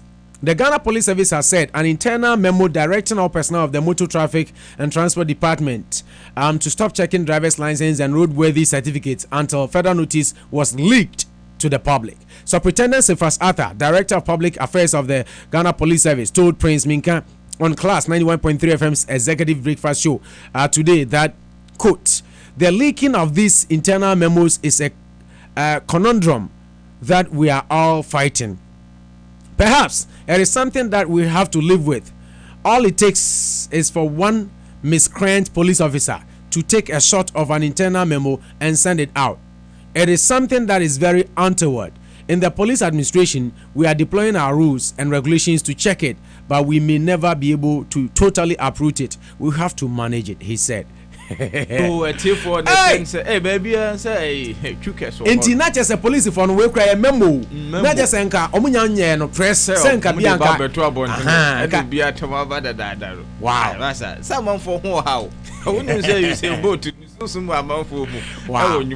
A tip for the ten say, asema beto just say police for my stop cars rough Sam Raymond. Na asem nankasano police for penny for chirimu and ya debia non come ready. So mo ye press conference e de asem na ba beto ya tro ya IGP na tro no memo e no de akoma opening foforo no no e na asem no nyanka enye say de ba beto kra na IGP si wo tra ohun ekwan ade ne si fa so we say fasata spokesperson si fasata chirimu a sanko no na nko de beto because o mo kasa mafo no o say ohun ekwan si fa so ade no si free no officer entempa abeto abontina Ghana fo nyina atinsem ni bi no say hey Judas or baby and we people police mu hey na also ma try some be fight here but or GDM said they have to live with it. Say Judas wo ho no the unya yi Judas in free ho no ma ebe de na atumi ayi wow ente de enye yi hey ente na just ayi pa o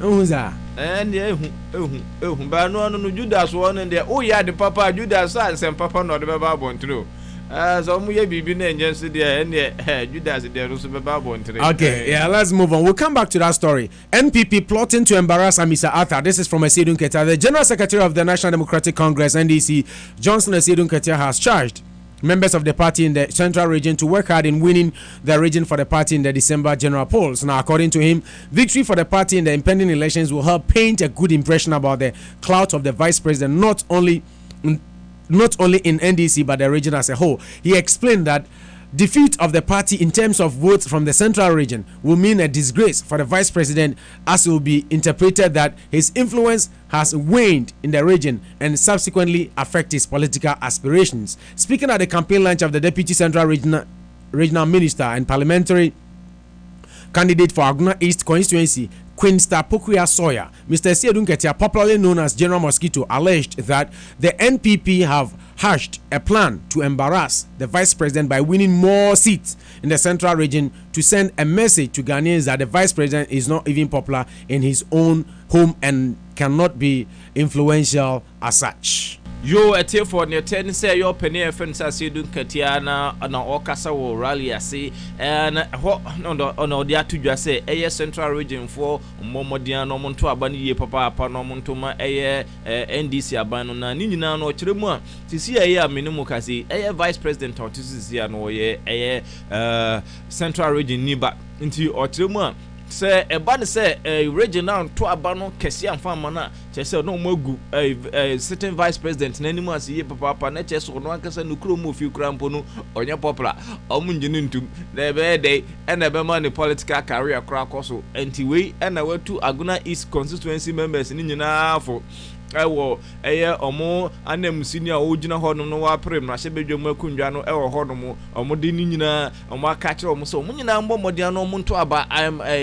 ɔmo to aba no ma NDC sɛ de ɛbɛyɛ ɛbɛhyɛ vice president anum nyam na ɔmo hu sɛ ampa baabi a vice president fi no ɔmo ta n'akyi dendenden na sisi a ne deɛ nansan no ɔmo mbɔ mmɔden na ɔmo nto aba no nyinaa ɛmfa ma ɔmo sɛ de ɛbɛyɛ vice president nso the political career no na vice president efi sɛ central region na adwuma yɛ sɛ vice president yɛ ɔnyɛ ya do we have to vote because ofiri hanti saa no kan sɛ ɔmo support no nukrom for support no say ja nene ma president of course ro ho no so yo yen to aso so banti omuntu ma no yen to aso yen support sa NDC has built a robust economy from President Mahama. Now, the National Democratic Congress flag bearer, President John Dramani Mahama's visit to Yeji in the Bruna Hafo region has him tout the strides his government has made building a robust economy. In an address to the chiefs and people of Yeji of the Pru East constituency on his campaign tour, President Mahama said the NDC government has done all it needs to sustain the economy, and because of this, a lot of investors have reposed confidence in our economy. The cedi has also been stabilized. He also noted that the decreasing inflation rate and cited a recent Moody's rating as proof of the strides made in the last 4 years. Quote, apart from this, Moody's rating some 2 weeks ago also showed that our economy is robust. They said we have moved from a negative rank to a stable one. The president said, Pru East being the constituency of a former power minister, Kwabena Donko, who ended up resigning in December 2015 because of power crisis. President Mahama also took time to speak about how he handled power situation. I'm not one that pushes the blame on others. That has been the tradition of previous government, to apportion blame, but I will not do this.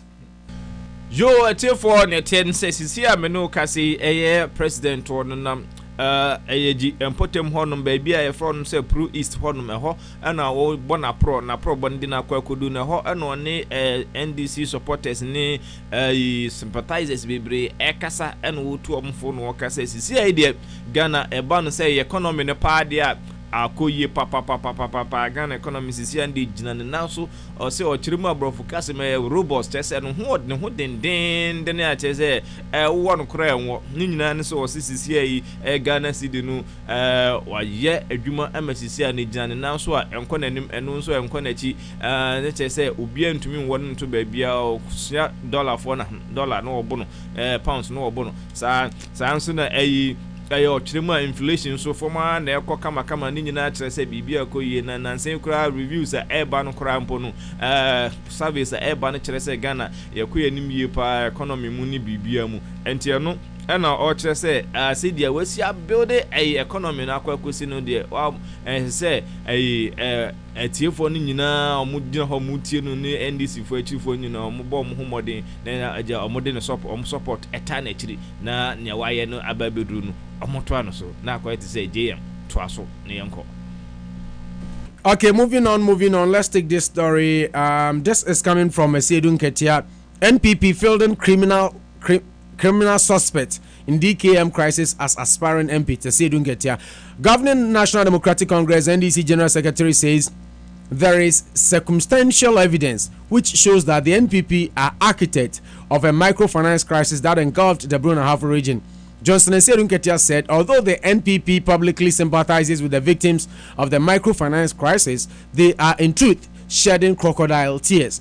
In what has become a clear case of Ponzi scheme, DKM Diamond Microfinance Company Limited promised to pay outrageous high interest for deposits but failed to only live up to this pledge but also squandered depositors' monies on the manager's personal business. What began with DKM later engulfed several other microfinance operations like God is Love, Mekion Microfinance Limited, City Trust, AZ Access Microfinance, Agape Microfinance, First Unity Microfinance Limited, and Golden Life Microfinance Limited. God is Love Microfinance Limited reportedly owes Ghana 80 million, whilst Jasta Motors and Investment owes 90 million Ghana cedis. The impact of the crisis spread from Bruna Hafo to the Upper West and Volta regions, where branches of these companies were cited. Several angry clients have rushed to court to obtain orders to sell of some of the company's properties. A financial crisis which began in 2015 was considered a security threat, and demonstrations were held in places such as Sunya and Kranza and Imbrekum towns in the Brown Half region, but it has also escalated into political sparring point ahead of the 2016. Speaking to Joy News, Evans Mensah on the socio-economic political show The Pulse on Joy FM channel Multi TV, the NDC General Secretary said facts point to the NPP as being behind the crisis. Quote, if you open your eyes widely, you will find out that it is likely the NPP have something to do with that DKM thing. They are happy that somebody has extorted their money, and they are congratulating the people who have extorted their money. He told Joy News Evans Mensah. Even worse, the NPP has gone ahead to reward, quote and unquote, architects of the financial crisis with opportunities to enter parliament on the party's ticket, he said. Citing examples, Mr. Esedun Ketia said the NPP parliamentary candidate for Kintampo South, Alexander Jan, is a teacher and a businessman who was the head of God is Love fan club in Kintampo. Nanado has gone there to raise his Alex Jan hand to say that he is a wonderful person, the popular NDC political strategist revealed. Yo, a tier for Netian Sessia Meno Case, a Sidun Katia, and a Casina, no, a Joy News for and a Casan, watch them or say. Yes, DKM and Jasper Mutus near Hunke Kahon send some Akoso, Ewo Brecum Potem Honum, Yan Potem Honum, a Debia MPP for the sheltering. Now, so me Case MPP for Namchain and Omusu, Case and Cough and some Nakoson and yet Ninano. So almost ewo mutimu pa isu omusunu chese ase enfri omakomam na omakomam ni de sede nko ana ahye wono no mo ana hye kire akobroka 3D sa ede egu honum okire mu a God is live say omboka egu honum be 80 million sa na Jasper Motors be 90 million ni nyina no tumu say MPP for na hye kire o say ehwehwemu pa ene adanse pa wo honum a kire say sankofo yomo a MPP for ya na hye kire o mo de sa de because o say MPP for ebo ankofo o mo de sa aka na aba no obo ma aba so yie papa o mo bo ma aba so ene o mo so o mo nam chen so o mo san ene ankofo na esu Esu no chiremu a ukọ Kintampo North opening offense Alexander Jan ono no obi a saa microfinance companies omu empanifo no ba ko pa no na ono no ekogina wo Kintampo North honum ewo NPP dinimu se okọ ekopre mrahye bedwom akunwa no so wo chiremu a saa de wei ekire se Nanado Dankwa any MPP for any teacher because was in Nanado Dankwa ako so papa and say Pijan and say we and Wujina Hanum ewo MPP dinimu enti say Nanado Dankwa to me ako dina epija Abrante and Sadia na che say ade bia omunyina enim hu bi MPP for nim hu bi nto one de oka esini pain wo sini pain or kind plain enye plain fa say MPP for enim saa dwumadie ni nyina hu bi no mo na hyehyɛ akide abosa akatri di no ede agu honum amagana aban. Okay, moving on. Let's take a couple of more stories. Quick ones. Na yemfa mra oye coming from Kofi Adams, and the headline reads Akufo-Addo is surrounded by convicted drug dealers. Now, national organizer of the NDC, Kofi Adams, has launched a scathing attack on Akufo-Addo, describing him as the biggest threat to Ghana and not fit for the country's presidency. According to Mr. Adams, the NPP presidential nominee, who he said is divisive, has surrounded himself with persons of convicted drug-related crimes. Mr. Adams was responding to Akufo-Addo's claim that President John Dramani Mahama poses a threat to the future of this country and those unborn. Addressing a rally at Malam Weja Gbewe, right, constituency at the weekend, the NPP flag bearer argued that President Mahama's government has plunged the country into a state of economic quagmire characterized by high unemployment rate, rising cost of living, severe hardship, and despondency. But Kofi Adams has taken exception to the comments made by Nanado, claiming the flag bearer is the one who poses a threat to Ghana, having, quote, declared all die be die, claiming even former President John Ejekun Kufuor warned the NPP about Nanado's divisive nature. Indeed, President Kufuor, quote, President Kufuor warned the NPP in 2007 not to elect someone who comes with tension, not to divide this country. Likely, they elected him and he did not win the general election in order to bring division in the entire country. But what has happened is he has divided the NPP into about 3 segments. Mr. Adams lamented. I am sure those words just came out of him, just as other words that have come out of his mouth without proper thought. Yo, a tear for an attend says the city and same a year open your friend, sir. Kofi Adams or no Neka no so chima a year nanadu you beer or ye or a mamboeni pa na say Ghana phone him no mutu abamana 1 year or dim papa mu and titimu and a baba Ghana. No say bed was over 2 and another no say and Mahama dangerous to Ghana development or say and no Akufo-Addo mum and dangerous to Ghana development ni Ghana and Kabom. Also a former president Kufuor say Akufo-Addo de hu ye papa na so wan hwe Ghana for hwe ni MPP for hwe won ho or the how pa and a bebre party no or say nyanwa say original ya oba obeye MPP for penny for obeye MPP for penny watete party no mu wachiche party no mu bebre na wejina eche say yampa no say papa ono a na goga say all die be die na all die be die asem bi a utumu say papa wo kan wanwe no enti sa asem a woka say president Mahama dangerous to Ghana no de ade bi sa ansem na woka na wonwe no hu no bi na enu bia no woka no say ono ankasa papa no emo a omuye ndruboni bi na ode omo atwa no ho ahia na saa nimpa do ebeden na watumi ama Ghana akoso ye ntie se Ghana fo hwe pa omuhwe ye no monto aba mfantia no na hwe ye a na so omkoto aba de man pa de omo de oyene how pa na omo de abra Ghana. Okay, Mahama's only hope of retaining power is to rake polls. Akufo-Addo, the 2016 presidential candidate of the NPP, Nana Addo Dankwa Akufo-Addo, says if there are any group of persons whose only hope of victory in the December 7 elections hinges on Reagan, then it is the President of the Republic of Ghana, John Dramani Mahama, and his Vice President, Kwesi Amissah-Arthur. Nana Addo was responding to claims made over the weekend in Asawase by Vice President Kwesi Amissah-Arthur, who stated that opponents of the National Democratic Congress are plotting to rig this year's presidential and parliamentary elections. However, in a sharp riposte on Tuesday, October 4th, 2016, whilst campaigning in the Ablekuma West constituency, Nana Addo Dankwa Akufo-Addo indicated that this comment by the vice president is an indication that, quote, Mahama and Amissah-Arthur have already thrown in the towel. According to Akufo-Addo, what I know is that President Mahama and his vice president own the copyright to the Reagan phenomenon in Ghana. We in the NPP believe in multi-party democracy. If Amissah-Arthur has seen defeat looming, I appeal to him not to say things that will anger Ghanaians. We beg of him.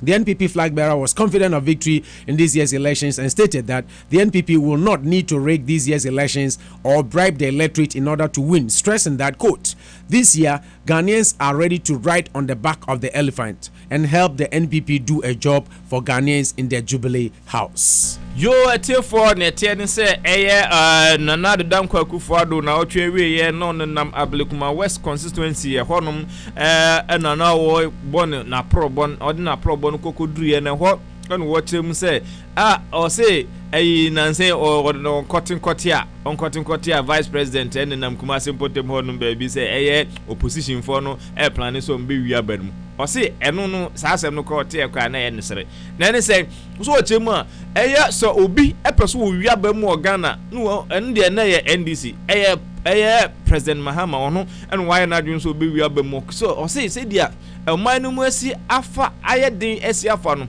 say President Mahama betumi awini a ekwo betumi afa so awini abana ne se obewiam enti ano na vice president ekana wo hunu ka enti wono ankasa wo ka asem na de amano because asem no wo hunu ka mo hu se eyinkugo enam kwanso basi no mba besia anko munya ya anko betumi na bonsa ho pa no mo atunkugo ndi amobi na so enkugo no wo mfa no asia mu omofa no asia mu ase obi du ntente no ufa hanum no asia ufa no asia eno na opening Nana Akufo-Addo eka ohodum se obi aye na dwun so obi wi abanu mu a ende na President Mahama because wono ena so wi abanu mu a 2016 about we dey ontumi we need that. Okay, if you quit NPP, we say thank you, Akufo-Addo. Now the NPP will say thank you to any disgruntled member who decides to quit the party just because he may have lost an internal election. Flag bearer of the NPP has said, quote, our party selects leaders though internal I think it was through internal elections. I myself was elected through such a process. True party people stay with the party whether they win or lose elections. My colleague Alan Chiramaten, who I beat in the primaries, is still here with me. He even speaks on my behalf. However, if you lose internal elections and you get disgruntled and decide to leave the party, then you are not a true NPP member. So if you say you are quitting the party because you lost an election, we will say thank you very much for your services. You go. We will stay and fight the fight and make the way to bring victory to the NPP. We don't give up. We don't fret. Come what may. We are solidly behind the elephant. The 3-time flag bearer of the NPP told party members at a rally in Shiabu Dansuman in the Ablekuma West constituency yesterday.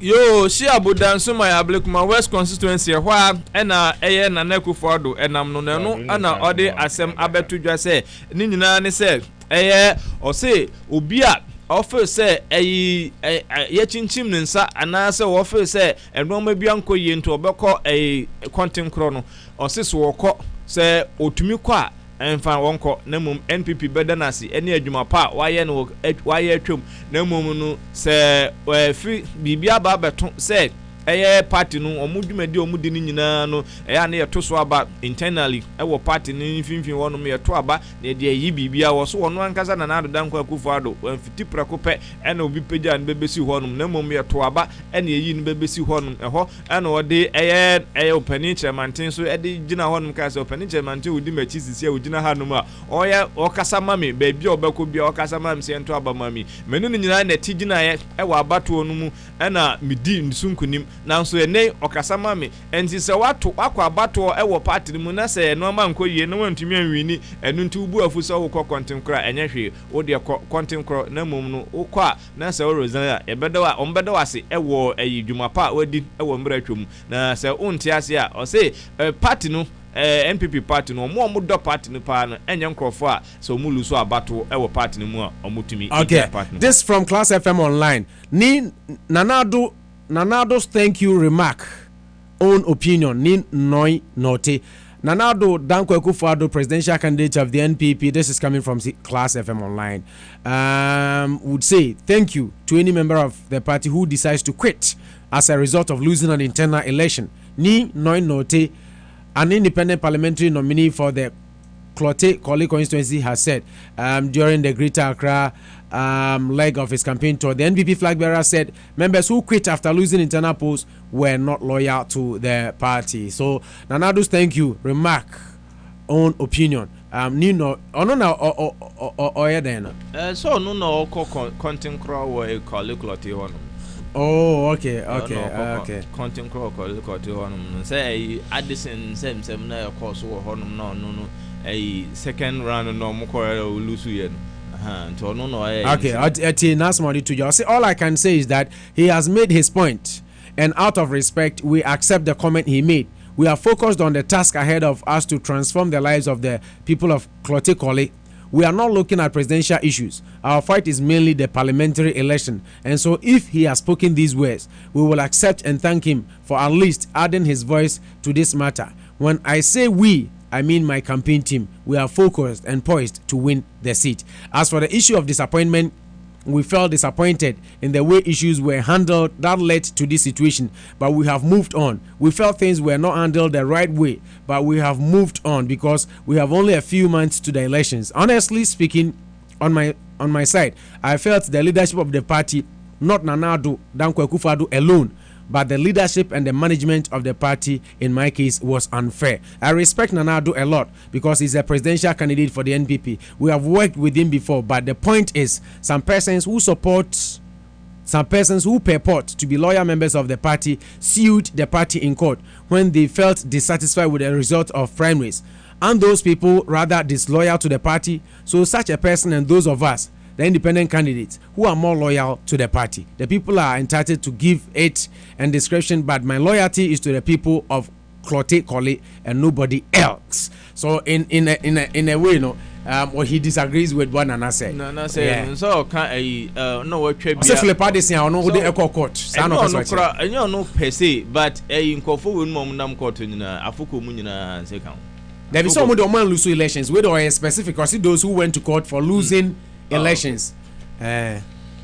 Nti say we self explanatory. Nti Nanado asema okan no na ni noi note eso say Nanado akasa omuda na se omubu Nanado ne mumono de okan mo bi ate ase se ekwan MPP mpanifo de ne faso no onkasa Nanado nko a na nye o say o use the word unfair na se Nanado ka say uja NPP party no because all use elections now we say unfair na wo kombeda wase a wate ne mum se wo ka say se obi elusu no oso okoye okokwantere kono wajai party na so ye obi a onye NPP ba trodo a obi ode party no so court se we lose election so sani pa no ono so ye den eno ni asema obisa ni note this let's take this story now you fancy President Mahama, we are restoring nursing allowances.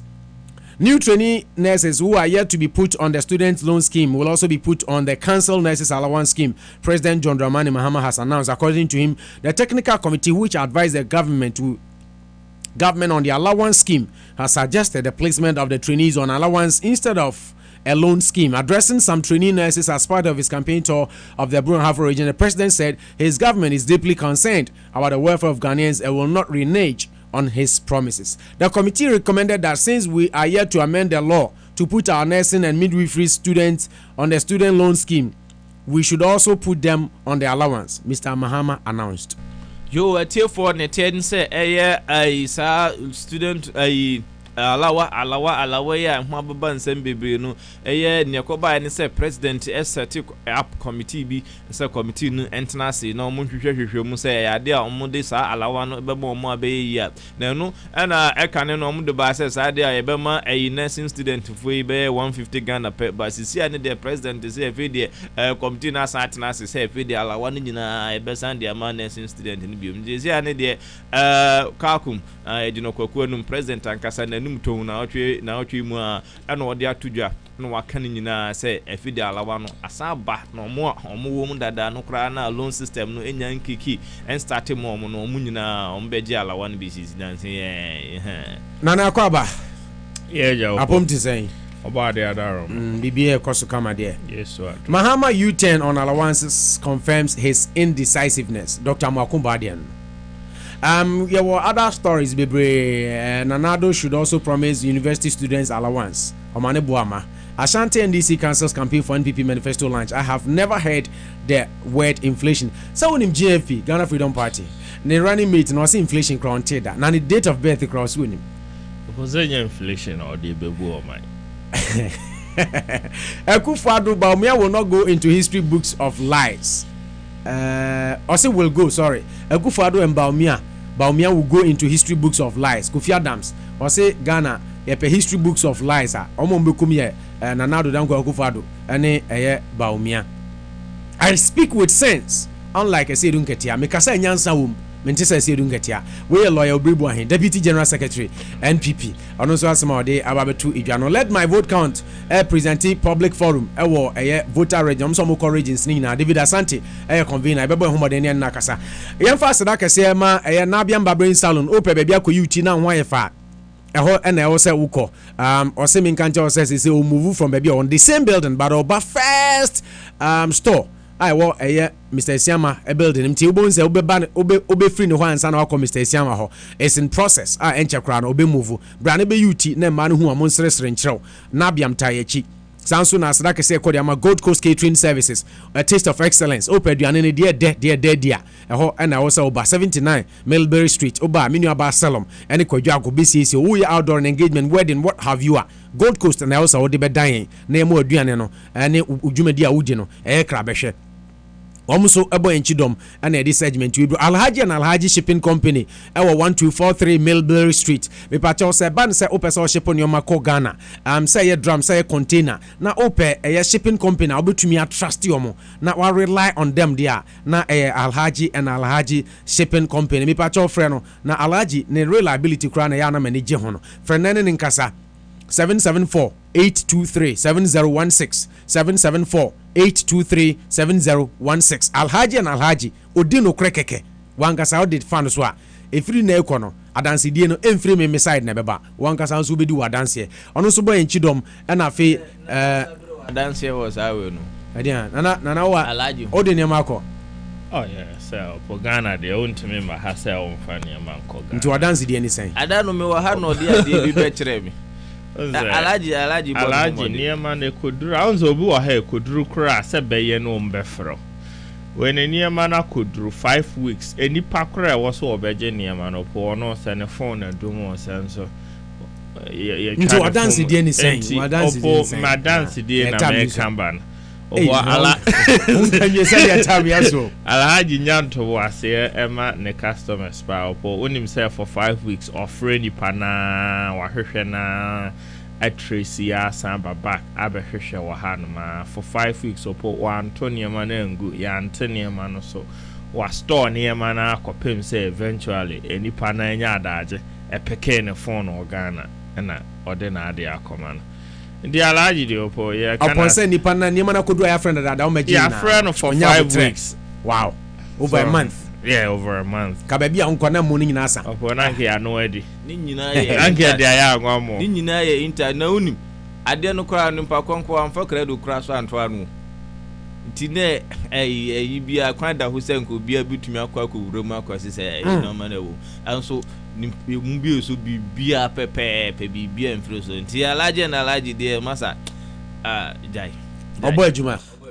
okay high rock 102.3 no pabosus ne nana ya baba president sunwan no so but minimum na some doso pao ni nyina so discussable obo ni nyina discussable you very catch it opo nsem bi wo ha and now pese yen obe touch base on president speech no quick memo na kasa no and now pese opo me kana na Akufo-Addo de no quick just 30 seconds opo nsem bi wo ha in politics no ye free BBPC political correctness opo nsem bi wo ha e no crepa but oka like that is said the na lawyer Obribu ahenka about Donald Trump no. Yeah. Nsem ni bi wo ha e no but you don't just say it like that raw like that. So I think that Nana Adodan Akufo-Addo asem na oka no nka ne kan na wo so oka no.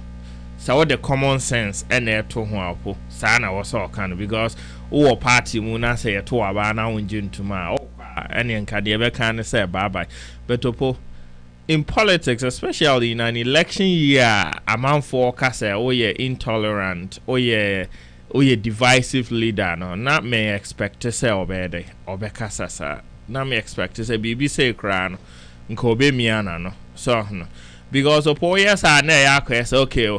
The upper chance say one me nyajana because on said there are speculations say most of the people are lose any oma or more the other side of the divide. So no.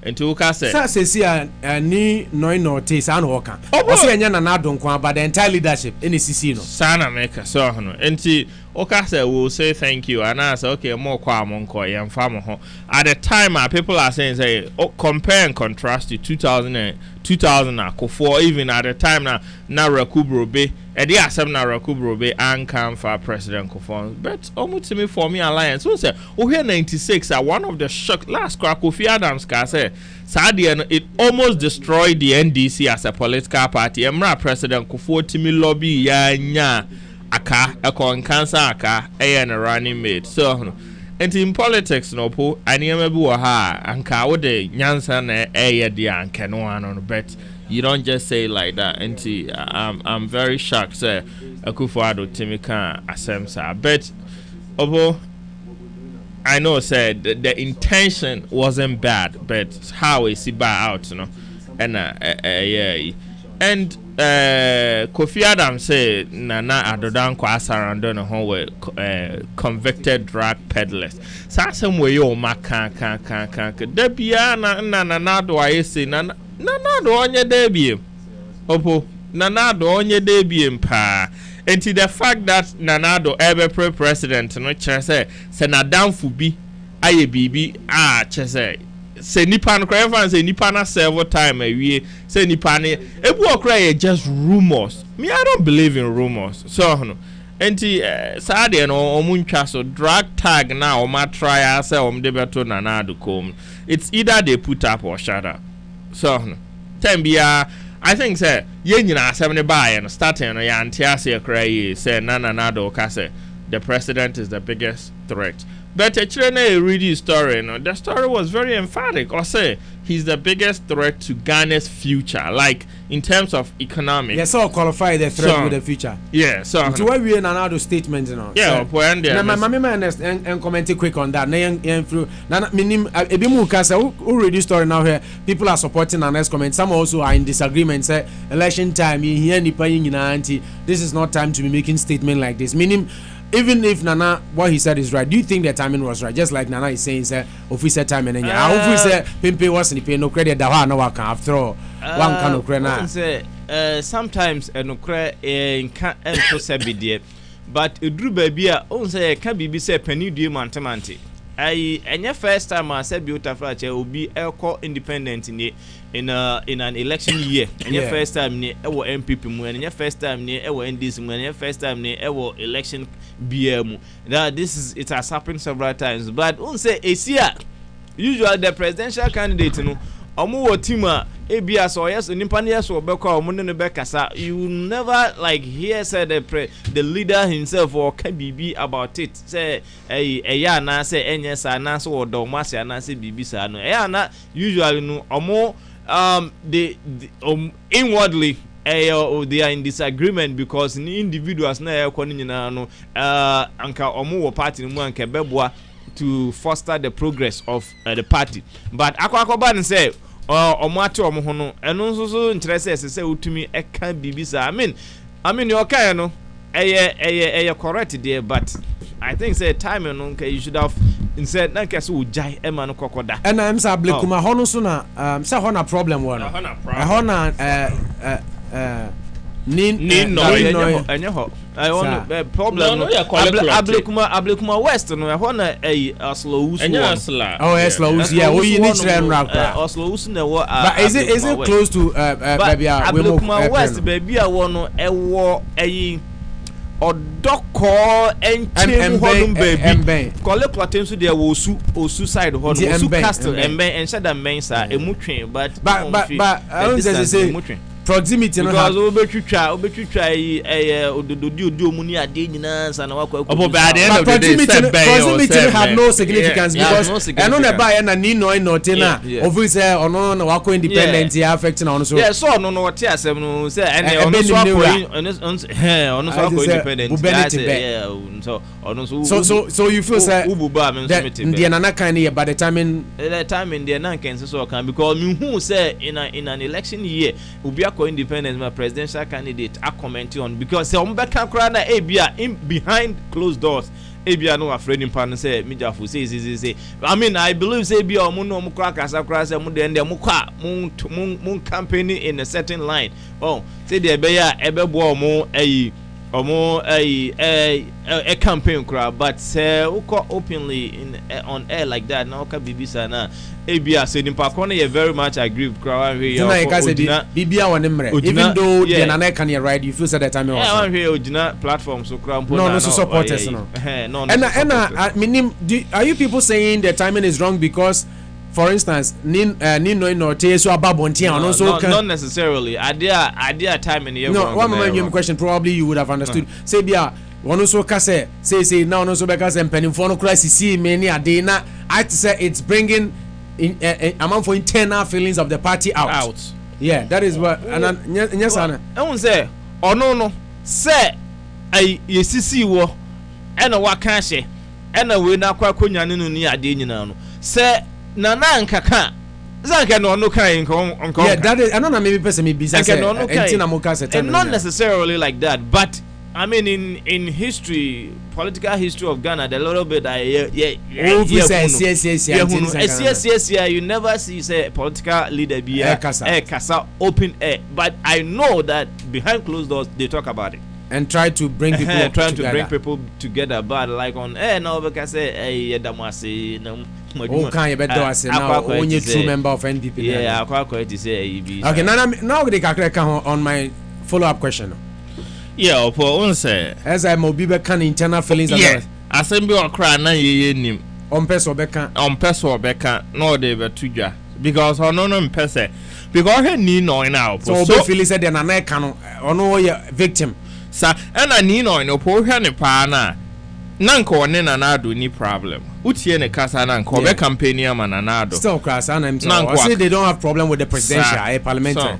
But obeka asem say ana also obesan it say enye so on do party no no feel say empanyimfo no ene na ani osinye na nankwa na jese na naka ho na na omu nyina so ben ka mi aw no anka bi anipa no on out because ye hu bi da say obi akọ independent as to ye campaign ahead and so far for this year o ma ekọ independent and also ma ya tese anayenya ho mpopo so mbekọ independent nye bia no wo campaign ti Nanado so no omu nyina no feel say omu seat no na anyi bet Nanado ne de omu ne ni problem so no ntinka ono ni miana no omu campaign at the end of the day no me hu ne say nke be more that big problem but they say now across so Obai had the message about say yeah it wasn't the right time for Nanado to comment on that. In the Obaya say on mo ya say Nanado comment no it came at a very wrong time abra your elections. Okay, yan fa no to na yan share other topics aba. Yenti omampani kasa quick na national allowance ne de na yebeba so na ya hwe police for so nsem aba betodwa na supo my friend is here ana atefo mo man phantom and me ani Kofi Adams me catch am say na wo interview see me na kasa off or say or meeting nti ya man time kakra ana ya na no ayi frame ya no na me ko Daniel say I am friend this for you see you talk to them they will agree to talk to you you call them they say they are in a meeting what can you do you only try the best that you can na yentie president kasa kakra abra and a world teachers day now din some etudwa na ewia yemra metro so we have a lot to talk about today asiedu nkatia din sem bia tudwa ni na yebeba so na ye de abrem ba mo yentie president John Dramani Mahama ensem a ode atu idwa 25. The ministry has always celebrated the day to coincide with the World Teachers Day, which is a day set aside by UNESCO in recognition of the invaluable contribution that our hard-working teachers make in education delivery throughout the world. In Ghana, we have a special way of recognizing our teachers on this day, and this attests to the value that our nation ascribes to the members of this noble profession.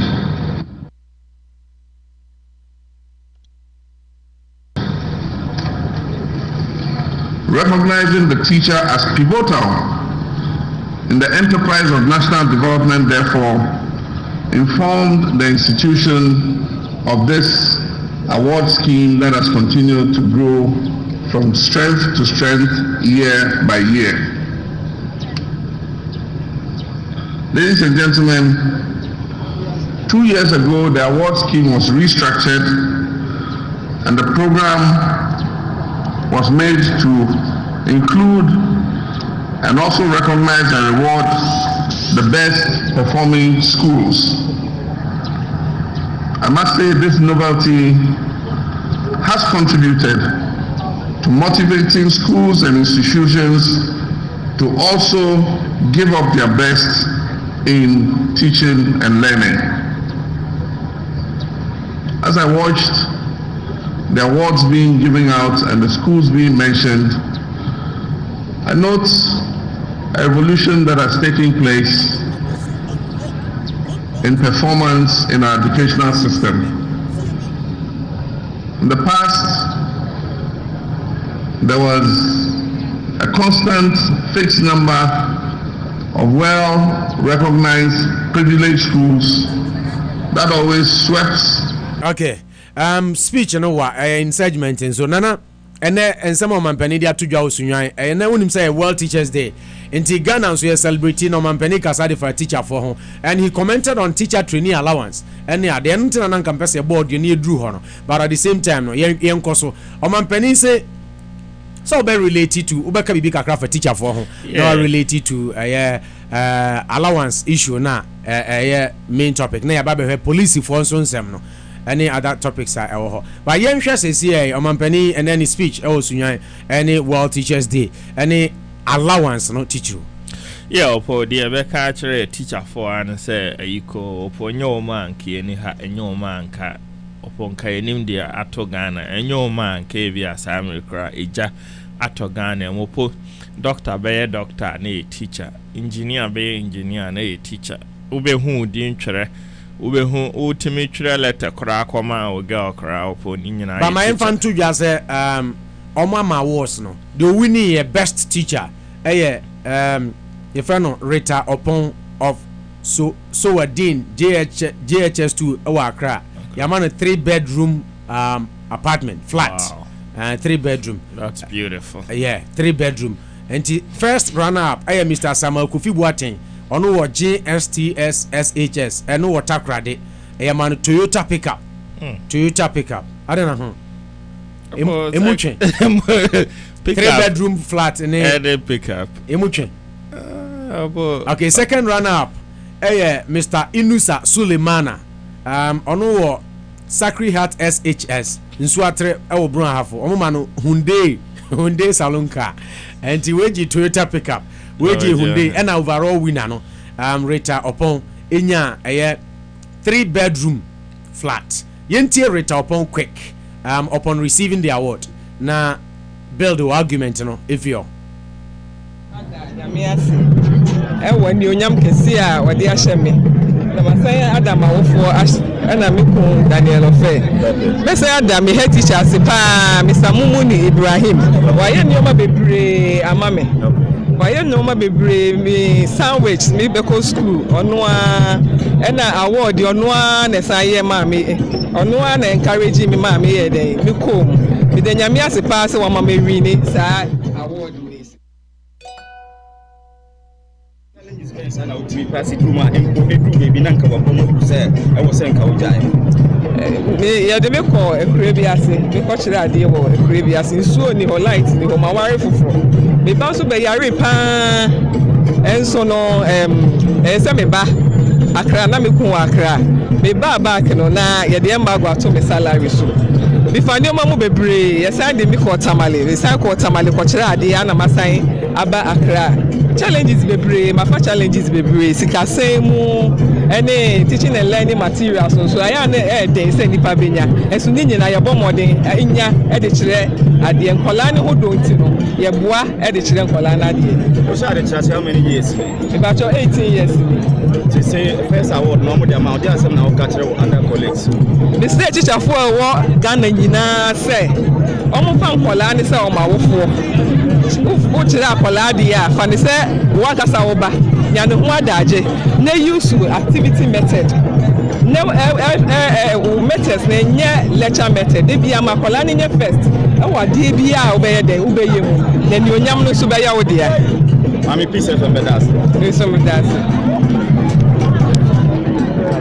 okay we Madam Rita upon the voice and an interview as CN or grante here ena yede aba na the attorney say ono no nya 3-bedroom flat no unza Ghana the kind of flat ga ha dia bia be kasa apartment ana empty na just eno so ede no nti nana wa kasa about na experience or sinko jai teaching because na yet ne kwakura bia sensuo ni ho we ni ho na oba besra ne kunu kakra won kran eja obedi do kakra obaya na yet emba go ato ne salary so she's gone through a lot and currently she mentioned of teaching learning materials any other things ye basic say a teacher for nsaka munsanka but they still strive to do their best for young words opo medase menim say opo teaching there why you be kakra or Ghana no unim problems ayede ewo ho edin papa but said there be a kind of say teacher ni waketu ya wosoro so waketu ya wosoro we go here adwuma omo ya opo me hu ne say sika bie ni ho aye betim de atu omo ka chese achedie bie ni ho aye betim de ado mase so enti the Rebecca actually teacher for answer ya da omase nyame enhira omo se oye kremonin so ala enhira osumbi a obi nyame enhira because obo ye betimi a fight ya my teachers ye betimi aka opo sika bia ni ho edi tu omo ka because se o kire obi won se o start school a on abcd kra woni mo omne start your head is empty opo empty bibia yete ha na ye can be a teacher ni ene di wura yetrim so no enti o hwe say adwuma na if I could write opo bibia if I could read if I could speak enti teacher ni de ye ka say ye kan opo ye be ka ha ye betima ka say aban to omu pay mu 10 times aban si dan mo aban nye say betopo ni nyina I haven't talked about teacher for adwuma mo here. Nana, do you think we are giving teachers the recognition they deserve? Opo, not at all, because share said them di can juma na omo ye no po eye ahofama ene atu hu a cha juma eno nso nkyere se opo yese aboa ne de agya akwa nya no kwa opo ontimi nkase obi eti akra ontu nkotena tamale enko kyere nkora de na wo manehwe opo bu okra 6 months teacher ni pay my ebu I baby obeda sometimes etimi do kokoro bi so opo udura kro no na ayemahyew so no now so in such situations scenarios nkwada no so wo krom ho no so hia teacher for yenye den what do we do of course what do we do obo me no the best thing do you think we should localize localization no ho that should be the first thing but will that bring balance to our education system? It should because localization be ma enipa o free chrome ho elkwachira de o ha opo onu nya ahofama o se we teacher ni na o chrome no obi animu a eno no kura ma awofo ntime boa because omo jiwudi se usumaya of course omo timi jiwudi bibia mu because a parents you involve parents in our education na and that's what Chinese did there eboa omo na de ma enipa bebro omo nka omo chrome no poni nyina ye ebuo ebuo ho basically obuo zezika no ani ebuo no but if you want to tell chrome on him say pressure be one so family members near dey fine but at least a pay the year na teacher ni wanya ne dan to say the ama best teacher 3 bedrooms be no otima me feel say nimonyam kakra ebe opo the Americans say yema nimonyam emra teaching as a profession so we a teacher Nana should say in your time pananka discuss about teaching should that be the role of only the government nanka me baby say o hwe nkrobi ate say mami no ka se kura de ne ko mu light ni medan kronya bi ntena ne de and himfone ade no any unit committee what should be their role? I'm saying this on authority because I can boast, I can sit on this radio and boast to say during my tenure as unit committee secretary and you see teachers Bangalore we didn't complete any term so na me to honey adena afi but you see a teacher for team enti say when you do that you encourage but him for tons asidi me Ghana ya na me person be come asem because as a chieftaincy na nkasa personally dru ba bia na mpese good because yen shede hu omo so mfaso pa wo oman ayetim say opo ahemfo bebre di umbe ya no so be ba beton sase no aware ma bebre no atokas near that's all a lot of them do opo enipa ba akutimi ton plot be 5,000 on fabi nya hwe mo akromo ho nti ya na ahemfo you don't want to get into your discussion because I'm going to go kind of asfem okay so I'm going next to quick na menzambra papa teacher for no award no president akasa we already spoke about by you when na mo hwa alawade no minim mame Rita upon akasa na you are a teacher nani aje sounds net here because adwuma we no enya adwuma bi mic na kaka na level no for adwuma we ni enya adwuma bi a eda form adwuma bi a se wonni tema se wo free mu sa don hwiri ya adwuma bi a so why say sika na wo pen was asase we so dey it's a wrong profession for you adwuma bi a eye your friend bibi compassion. There's something word be a friend say compassion.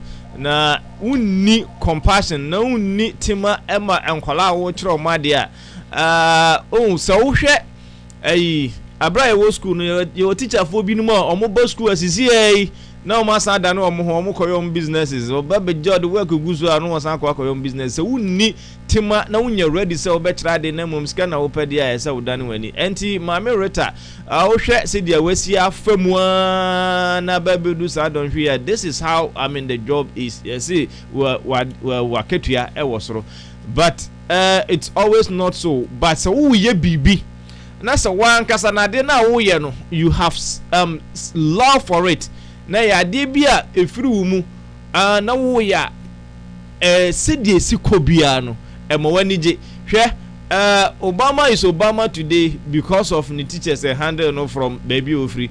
Everyone is a emphasis Steve Jobs and a Microsoft almost drop out of school, but then knowledge almost gain from their infancy to the point who say baby I do need many knowledge I can depend on it and then develop it. But along the line, yes, some professional studies be along be a guidance say yes.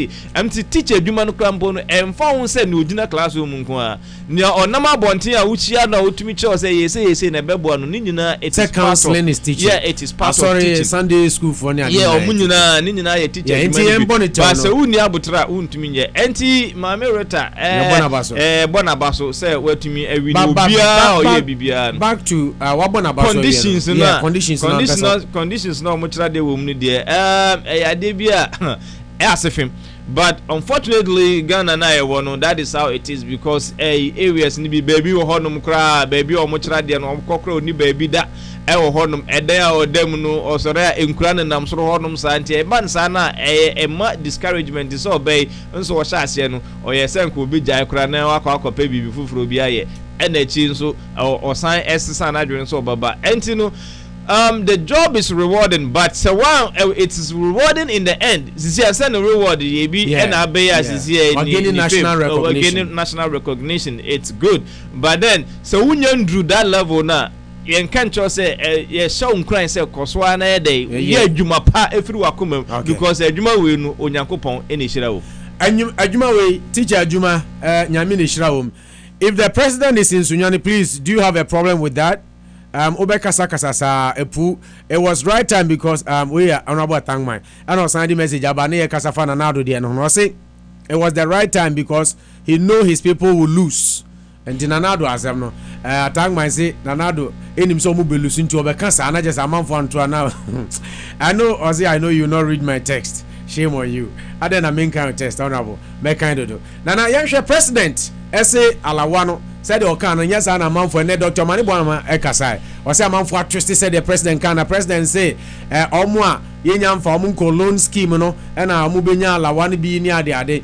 Now Dr. Marco Ban say free say a wono bas as we so shas here Charadia and any fear president indecisiveness e wori musada. President say will restore Alawa. See, Chiremuye as I think that Mamimboro was from his own book. My first coup d'etat. And the president will not know what the kanji to say. Decision taking the anything. Any power or the actual book could be and Yaman say. I mean, or yeah, indecisive, sir, because on him the problem, no idea to. But the whole point is, some of them more, some of them more. Being who, because of all that, Drew baby, or more demand and more money to me and far more students, especially a teachers training allowance. No part no much say allowance new chema and more money to me more students. Yeah, and but when say we need more nurses. We need more nurses. Say no president nurses are some no welcome. Yeah, and to the Americans say to the nurse and our nurses need you to yala wana store mutimi Jenny Pabe. So as an inconsistency on the part of but not long ago President Bekan said na ye discuss wa ha me kwa say sala wane de e ya de a unza na me argue with munyina woni Gabi say me I support sa loan system instead of alawano. Emma President Kraka say or no obe reinstate Alawani there and go lose election over his presidency crop. But and here we go. Is it because we are getting close to election? Of course, I call election. I can say 62 days and now 61 days. And you know, yeah, I mean, Oboya Hungana overnight cry contract estimate Caterpillar ni BB Abigo say by coin. This is Ghana. BB to me see. And to once away no so Obama this year crana once a President Mahama as how winning election way now next year you ever start to say we try allowance no. And say we will be you are talking say in case he wins. Yeah. So when So yeah, just political gimmick or you sue or when we are no or catch us I didn't cry yeah pilot exercise for 1 more year. Yeah, who see a bocado don't and cry. Tiasama President kind about the allowance. The committee recommended that since we are here to amend the law to put our nursing and midwifery students on the loan scheme, we should also put them on allowance. So my question is, why didn't they do all this groundwork if that is because the loan scheme no, it doesn't work. Everyone say loan, any partners who can loan us. But you answer no, let's discuss it seriously because Osha. I say the allowance were withdrawn a few years back after blah blah blah. But answer President Ikasano, he made mention say committee no technical or said technical committee no recommended say as I say yeah loan scheme. Sir, na yenyi alawa in free ho since other tertiary students university don't get alawa. And you said this same technical committee recommended say munya emfa midwifery no one for no. So why did you in the first place withdrew their allowance without going to the right recommendations, any procedure technical committee in the man and sana about Bonchambeka say, oh yeah chala one say affair we say we are restoring alawa. Doesn't that show inconsistency and indecisiveness on the part of the government? So because on one hand, say adiana no eboa. On the other hand, so say I didn't cry and kia bet. Especially say take years to implement this. No, now what they even achieve? Yes, no, the technical team need to share. Dr. Muhammad enrolling more teachers, more nurses, what have you? And more nurses. Oh, the only teachers, yeah, more nurses. More nurses, and you are putting them back on the allowance system.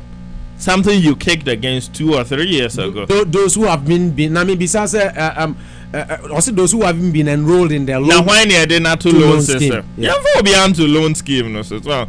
And it's all part of the political game. No, yeah, Kotwaba. I couldn't be a mefaso. I win election. If you also mefaso, me when we are. No, my cash on Saturday and crying your day. And the Ghana for your money now. So you will be our support to allowance now. I think so. You know what to do. You'll be our own supporters, so you know what to do because I said. Can we also take it from an angle? Say, a president is being nice, compassionate with Ghanaians. He's not being compassionate. You're compassionate. You don't do it at all.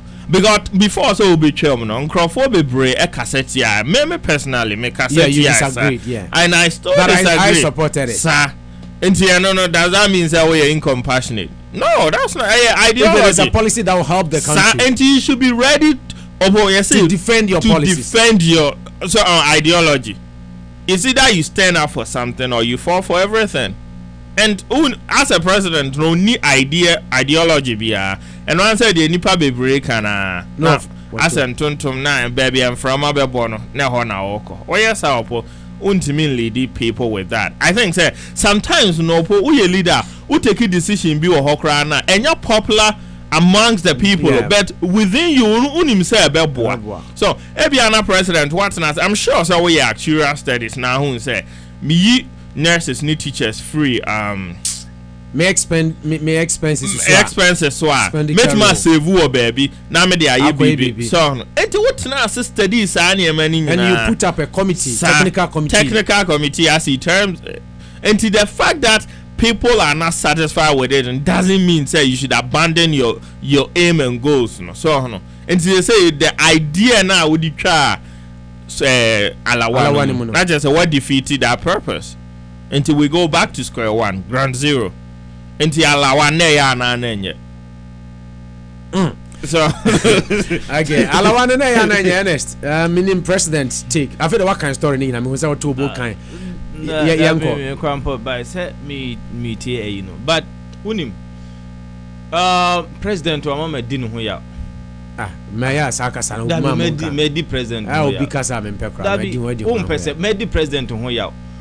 Na nkese dia president sisi ne bodi ne nsasi ne bu se ono se wonka obe di allowance ne baba biom dia wonu so aba no na nkese se wotumi ye be ma pa no de ne nsasi ne bu se baby odina oh na say we there I mean while running away from the fact while running away we dwane oh when Emma mihu say president wama medinu hu ya papa na nke se wotumi sa ginaye na osi no wan we kire se bi utafa che president ne se bi eba se wo take decision na wontumi nche da ensi ginaye ewo ayi ne nsem a wo kekamu because ensem na wo ka no ensi so ene wo ka sei ade chia wo si sei ade chia wo si sei se ko ba ne sa o ma no konachi enti sa technical committee no yetu o mo ka na technical committee. What has the technical committee done? Enti committee atumi atra ho no. Nana, you agree with me? Technical committee o ma dewa. Enyo mo na mo de afutu ba se yentwamu no. What kind of the my president say untwam, but untwam no enroll them in the loan scheme. Enti omo de abana se obe implement ya. Enti president na backtrack. E ba ne say ena atumi aba se efe de ye go back to the allowance system. One kasa waji atum se omo tie o mane how many people have been enrolled on the loan system? The loan system is not ineffective yet. It's not in effect.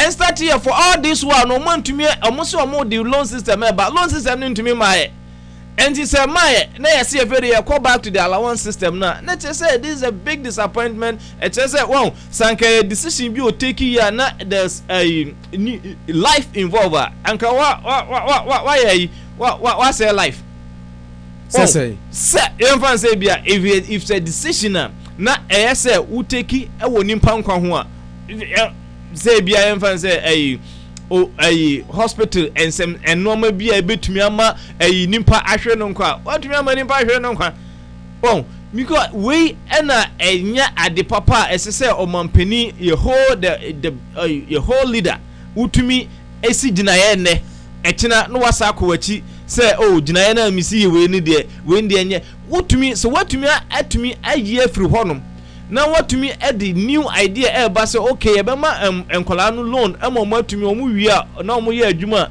na o mu de atete o mu atuatu o mu loan kaka I think it's not a bad idea after all because any day say sika na o mu hia no eno na e ba in a certain form instead say e be ma o mu freebies no me president an o ka say this time round no there are no freebies in Ghana again and so one kasa waka said there are no freebies internet say nya de bia e be ma obi asika free biem na wasa ko back say fe de okwa scan free biem na che say kwakwa et say nada bi na not to all but to those who haven't been enrolled so that means some have been enrolled papa so whichever way we say alawa bi alawa ne tell say president wadada Ghana for na me ehun ni say it is just because say who Ghana for mo say the brain so say alawa ni free ho ene mo bo hun say empanifo na omo ankaza omo empanifo na omo atrase asese say the alawa no AC edge grounds no who anhwe yi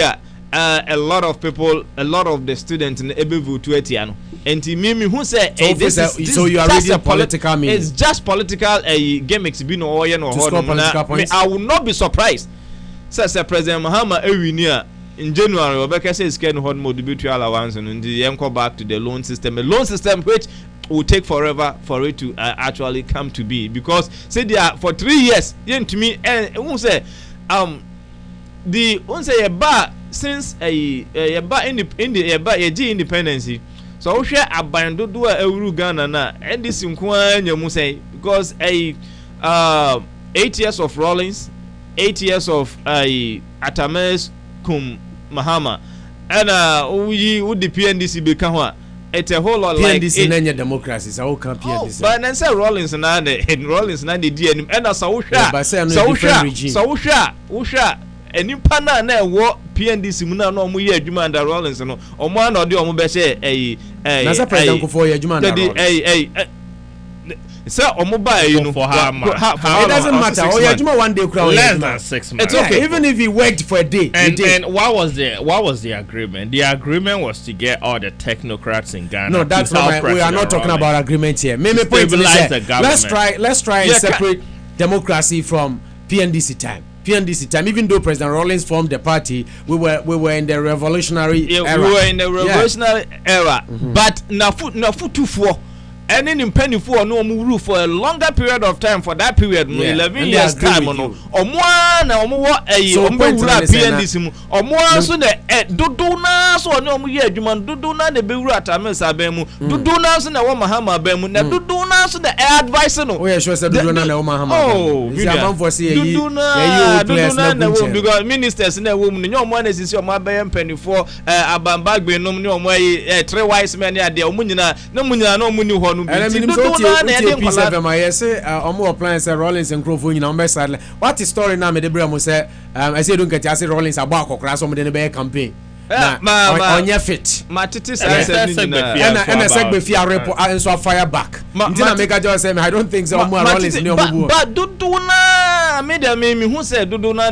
eda so wo ma omo erane the machinery no enti say sankofo na etufo a Minia, okay. This is what we are. This is what happens. This is what happens. Higher Rock 102.3 no Pabosho so now we me bacho e be phone lines na dia mama na mo adwen chira ba 508-926-8746 508-926-8746 and 508-459-2673 508-459-2673 obetumi afre now do adwen chira e dia ba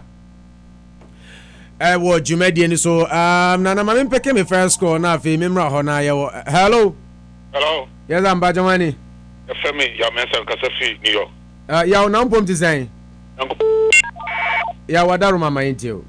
Ya da say o woman no pe bia me akwenda say so ye nche ya dwen won no ma ekogana. Na what ya ko wenuma ye fe no someboy. O say where are we going to run go?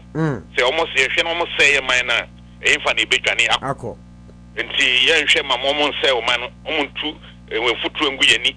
Ema no man say answer no ma jinsema na say Africa for the Ghana for the ye hwa aden be say wi no na afi na ye kọ ne akọka wansem ne ayi ni ye ntra omom say o man no allowance na metie na emesre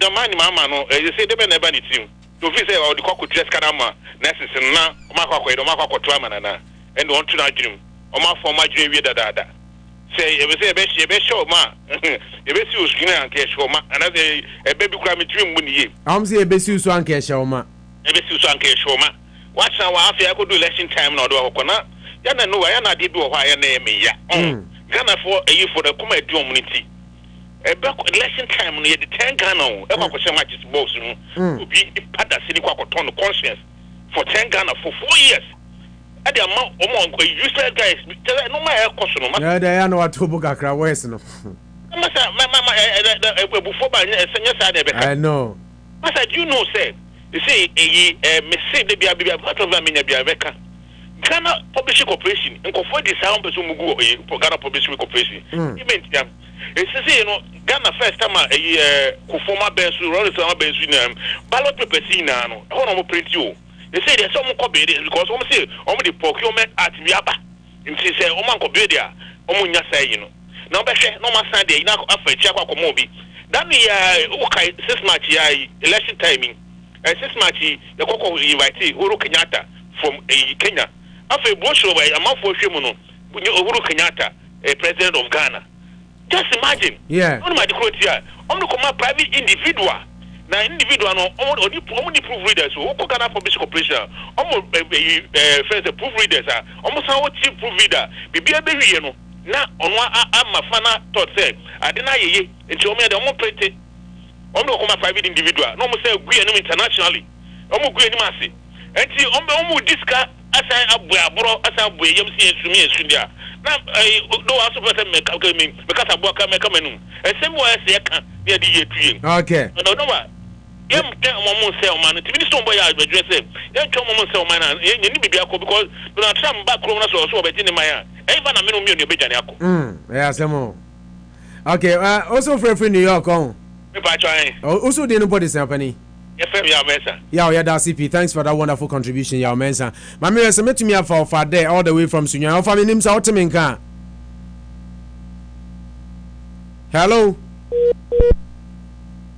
okay, too bad. 508-926-8746 508-926-8746 and now 508-459-2673 508-459-2673 ubetumi afre now so do adwenkyere e de aba I rock 102.3 Anopabusi Suni 508-926-8746 508-926-8746 and now 508-459-2673. Mami mpeke amankwa bana on to us mami. Oh, I didn't realize here. Anyway, keep trying 508-926-8746 508-926-8746 and now 508-459-2673. Me pacho Anopabusi Suni hwanyo. Big boss, my mean to you. Say Nash. Yeah, Opo Dikai, a friend of Mahama allowance now, so very store back to a nurses, a trainees. Well, these are people, Bahumia, and I said, a Kufado can be there. Then they will unbound them in sort and give them all sorts of names. Then they sneak back. Then they implement it. Oh, this is a government that lacks idea of originality. You are ruling a country. It's a fair. We want the people to be, at the center of all your project. Come on there. They look at it. The one that will benefit. Okay. And let's see a hospital we were, my road we were. My market we were. The Amaya procurement, Omobenya, 10%. Nobody be a go on bottom. Nobody a day. Nobody a financial party. And friends of campaign activities. I didn't hear now, what you wish school down anyway, you are doing that for which people? You are doing it for the people. Now, the road, the hospital near is a then cross your school, we have basic needs of the people that must be met. Oh, and this is what the government is not doing. Only the near physical infrastructure is you know. I didn't go anything, not even really election, and then here no. Then when you idea about the panel on that done because I don't know one, and yes, physical, I'll do anything, and a two, and also any day. I only have to be two, a moment can be anyone enjoying it. I come and go focus on you to go in your money. What is a use in allowance? The year flow. I feel you were sitting back at the end and I feel what I implemented just because election is bedding. Baba. You came a year and see almost on the disc. I bet you said the election power and come out, they will not pay the money. Oh, which is that I shouldn't need be a lack of focus. I be out for the also the boom. I know that moment also be as the project be also by it or say, oh, no, fetch and on a mere day. May you never shut to all. Hey, Kofi Adam.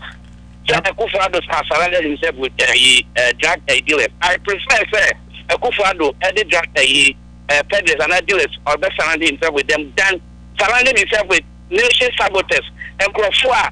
That is who the people NDC associated with. Okay. Taxpayer money will be our send and you will be on what kind of a drug dealer or just kind of plan of the ultimate very project the boy airport. Okay. Me and one or okay, I'm on Kwaba wire there. Wabo Huma de Mamin Kosunya na me Nana Kofi Osunya, Nana who free Sunya fine. Okay, hold on. I'm in for another call. You know what you are. Me pacho hwan sunyo. Yeah, many another senior maju of Aden. Hey, of Aden sunyo. Of Aden hold on na Nana Kofi nso sunyo ono wo ni mo wi a na sunyo for mo famro mo ho mo wi a me wo American so call back ono so gina kire. Eti Nana Kofi o sha se o wi a na of Aden so ato aso na unu anya nya nso e de afi so. Yenko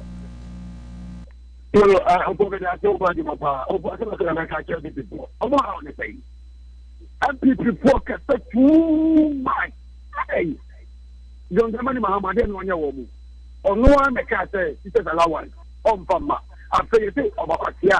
And now, in 90 or no reaction on 90. Or no one says Professor that now. Anything. Or no say what you move point. Oh, yeah, campaign money. And almost said he came. And almost said Mahama. Why you see? And why you see? Or this is allowance. Yes, it's allowance. Or the bar. And you know what you and you know.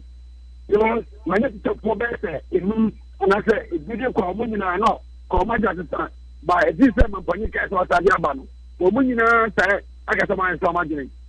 It's just before, and you're young, and you're young, and you're home, and they can see you. So, what is there? I could probably tell the president of Ghana, and you're moving to now. Now, who body? ɔntumi president nyɛ any president sɛn na de kyɛ ko ka ho nti ɔmo yɛ nyɛ propaganda na mo sɛ kunya to kora na mo sɛ NDC fo yɛwiem mo to so mo sɛ yɛwiem ne na yɛ ne yɛ to ɛna yɛ ma ma fa ɛne nka gana ka no pa okay ko ko so wɔn ne ko president a wɔn twɛn sai okay Nana Kofi yɛ da se Sunyan New Town meboa okay yɛ da se pi mamemfa father enso every Sunyan na am say of a day line drop here father me pa cha wote kan wo Rock FM no pabusu so my ntio hello yeah father my ntio so me better ka pa IGP instead of now the upper exam so police for the okay my ntio police for them what I do is rather than here he or something and I give you as a here I was saying union and then I will be here Chicago if you are more only amount of that which we can or William Lances didn't say only do any checkpoint a police will be no much on that land don't say or me a qualified said that you Chicago if you say what about one you say almost probably checking driving license let me use the reason why IGP is that issue about okay then I walk back if you are about to cry airport who did the work but what can be found? What second is who said, you know, we said, you're not so much second now. Other policemen who tell a young kind more health insurance, and then you said, you did our credit mark. There's somebody who died in our also. That's who do anything, second license. Who knows the baby are carrying the year they told is there a position? Is there a couple of years? Who did not call? Is there a can't go to the yeah, can't you get the if one year I take a balance and tell you say, you bring your cost, you do worship. It means the way where the IGP added that issue number one thing. Therefore, any tangible reason, we are danger or this I number one. Oh my God, I'm something because the workers can check it balance and our checkpoint to the air. We need to be a check it out. Okay. In the IGP, the mechanism on the alternative and break it. Okay. And we are to say. Me what are you the catch it's an driving license because I know that when you put the car and let me check for some better the driving license and we need on the Kenya car the driving license there only the IGP over the reason why they are all at the end. Okay. Yes, we are the CP further all the way from Sunyan. Unyanya no hold on amemfa offer there my intio. Yes sir. Mini ame da se mini ame ntia na memma obi ajo ofade wo na ofade wo free Sunyan penkwan ase o wo nka na penkwan ase ta fede metwa yenko mini ame da se ntia na ntia wo biga na akwata ni se yebo mpa ya mamu amu wa kwa nti hu te bi ni be nyina no ndi ma fa ni ba ko pe wuni anya wuni a wo bra na nya wuti jaro na wuni abi wanya wuni a bako dimo mu ya wo pa asini ya mani ya nom ya enom yukunum nti ben ben nyina no po na me sre wuni ya nom so mu ho pe ya ko na sabi unipa unimba bi ani chi ekiri no ya na mu ntuo ni nhihye bia no wo ye na no kwanso no wo ye no pata onya mane mesra se wuni ya no mu mu yi wo bi man so amwo na sabe mo batia ni asubiem na mo de ani genso abrabusi e wa ha no kesa genso ni nyam mo mo man ko ye the other way around okay nempa matem so o man benefit then we are restoring nurses allowance oh my god and I'm care for you and many ya ka se bo e wo Ghana na fi so de achichire me and yes sabi your man penny say yes sabi yes I can and I'm moving hotel nemo asem no awaka no esre anything minia enim bosumi yele and agenya your man penny okay offer mami 1 second na me fa obi enyina wachi say obi so efre ene Sunyan Michael. Yeah, hello, Mama. Jina so offer there was we announce so ko why and the unuanya no babo me Ghana for na aja offer boy we mo offer there yanko Yeah, offer your point, no. No, me try to see. Woman, say we did a matter of principle, and if you don't use, I would rather lose than to restore anything. Yeah. Again, officer, let me know teacher for one message for Monty officer a crop the dog will be by you. The moment of your moment, you see why frustrated. What put every indication points to the fact that when you see a banana. And the idea here must be here was the MPP Kurano. It is selling and it is selling very good to the good people of Ghana. And the moment they name us and you look at what I'm moving to you thinking now buying you more. Then you are going to the year, no, I found the abba. Young, you know, so the bar say, Omachum, or more restaurant. Woman, you know, so the bar and you say, committee of thing, committee next day. It's like young and Marabi Mam and Baka, which is the restaurant. Okay. You know, committee and Marabi. I will look at you. It's still using exactly after the one which Marabi. Oh, million of Ghana for. Yes, Kotibro, who will be denied the baby. To take the one crying in the room to see his own tears. You are one now, we see a talk when you are moving to try to. What is the probability that he's not taking advantage of the foreign rain? If you see a Kenya who see, you are one one other than the issue. One of my young experience, upon me, I do not make the pounds and the years. You know, in 2009, pound in the other year, you have that.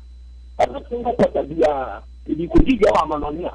Again, it's a different show altogether. Again, Bonnie, you are your mind. This is the other thing. Why are you Again, Bonnie, why?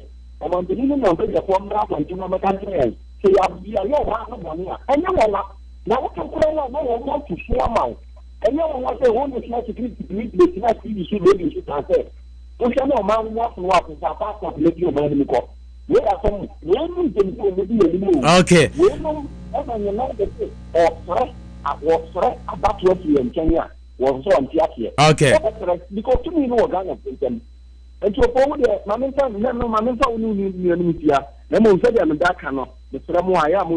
yeah, that's it. Yeah, that's it. Offer there all the way from Sunyani Penkorasi. Mamin Peke Menes Ghana call. Now, Memra Unyanya. Hello. Hello. Yes, I'm about joining. Ken you. Hey, Ken Sato. Yes, Abu. Now, Space FM for you now, here. We are boy, Juma, my interview settle. Yeah, Obo Medicina, Mediasama from America, Ghana for Obo Abuchimenu. The American say, Obo Ghana, your Ghana back up. We are singing. The American said, you see me. I don't know what's Ghana and imported almost Facebook and internet. The American say, I am forward though.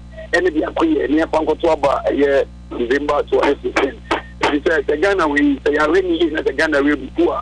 Oko Divoire. Omoka French, Omoka French, Denny, Omoka French. Young Kwan, you need to get to that mine in Anthem.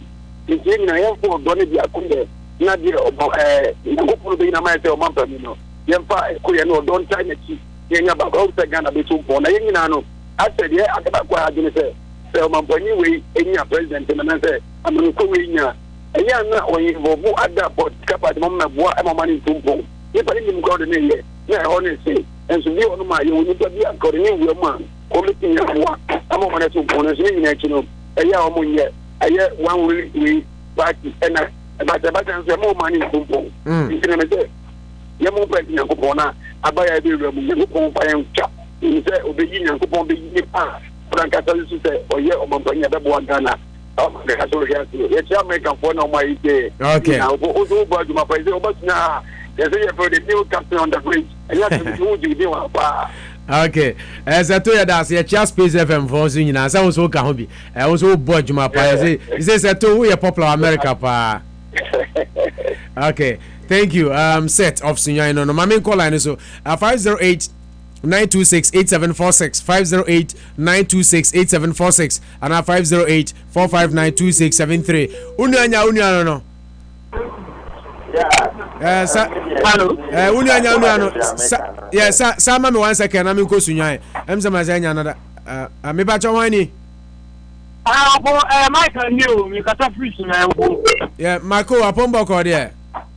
nyankopɔ adomo bibia bɔkɔ ɛwɔ Ghana sunyan ha is this sunyan for maje show ya for anyway atam kutu me sister we ko Facebook o bia wo da mu live obo me tia wo bajafo a oni wo mu edi dwuma nyina especially the sheko to take side dey no o me tia na sabre amade de mo laptop sususi mo ni ma monitor mo yi pa ati ba so de amabobi obo mabobi pa obo kaka me kan say obi sole a osi asumdie we sole a osi asumdie opo mi Michael there me nka asumdie ho atem in the sense say enya asumdie na Ghana ha ye tia no po ye ni we to kan ti aka say ye ko ntokwa ye ti asumdie mu dada se Ghana ni ka asumdie a no ofa kire say anytime dia ye nsisi obi me ni akro ni nya bi enne ye asumdie opo enu nya asumdie ni say instead of a castle, you know, for young Cassa Pepe, pay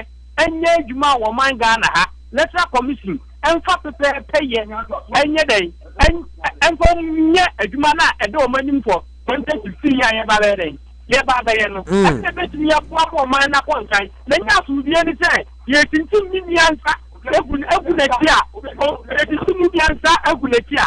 Not obese, senior, Nintino. Na asumdie ntino opo no ojira hono wo hwe anu na ya asumdie no anu nya asumdie opo isu eto sumdie empani mpo se pani ho won tin taso nto fom ensa anfa ne kata manye dai enfa taso no tenti na me kata opa omonpani John Darani o si teachers allowance on tia ne tina afedi eye dey wo akotwa U10 what na ho akase eye nintina omo betu aba mo lusu a ene ewu tia omo ntunti an lusu ofo afedi eye din amawo ne papa na de nsem owu kotokuro emfa kora anyedai ensem enu tino meslega na fo nyina ne se papa no aduma na nkasa wa brek come 2016 December 7 yeah retire fe me see John Deben mama on the day friends back to Ghana ha obako fe ma na konya na ba biye opo uru ameja for mu na me yeah da CP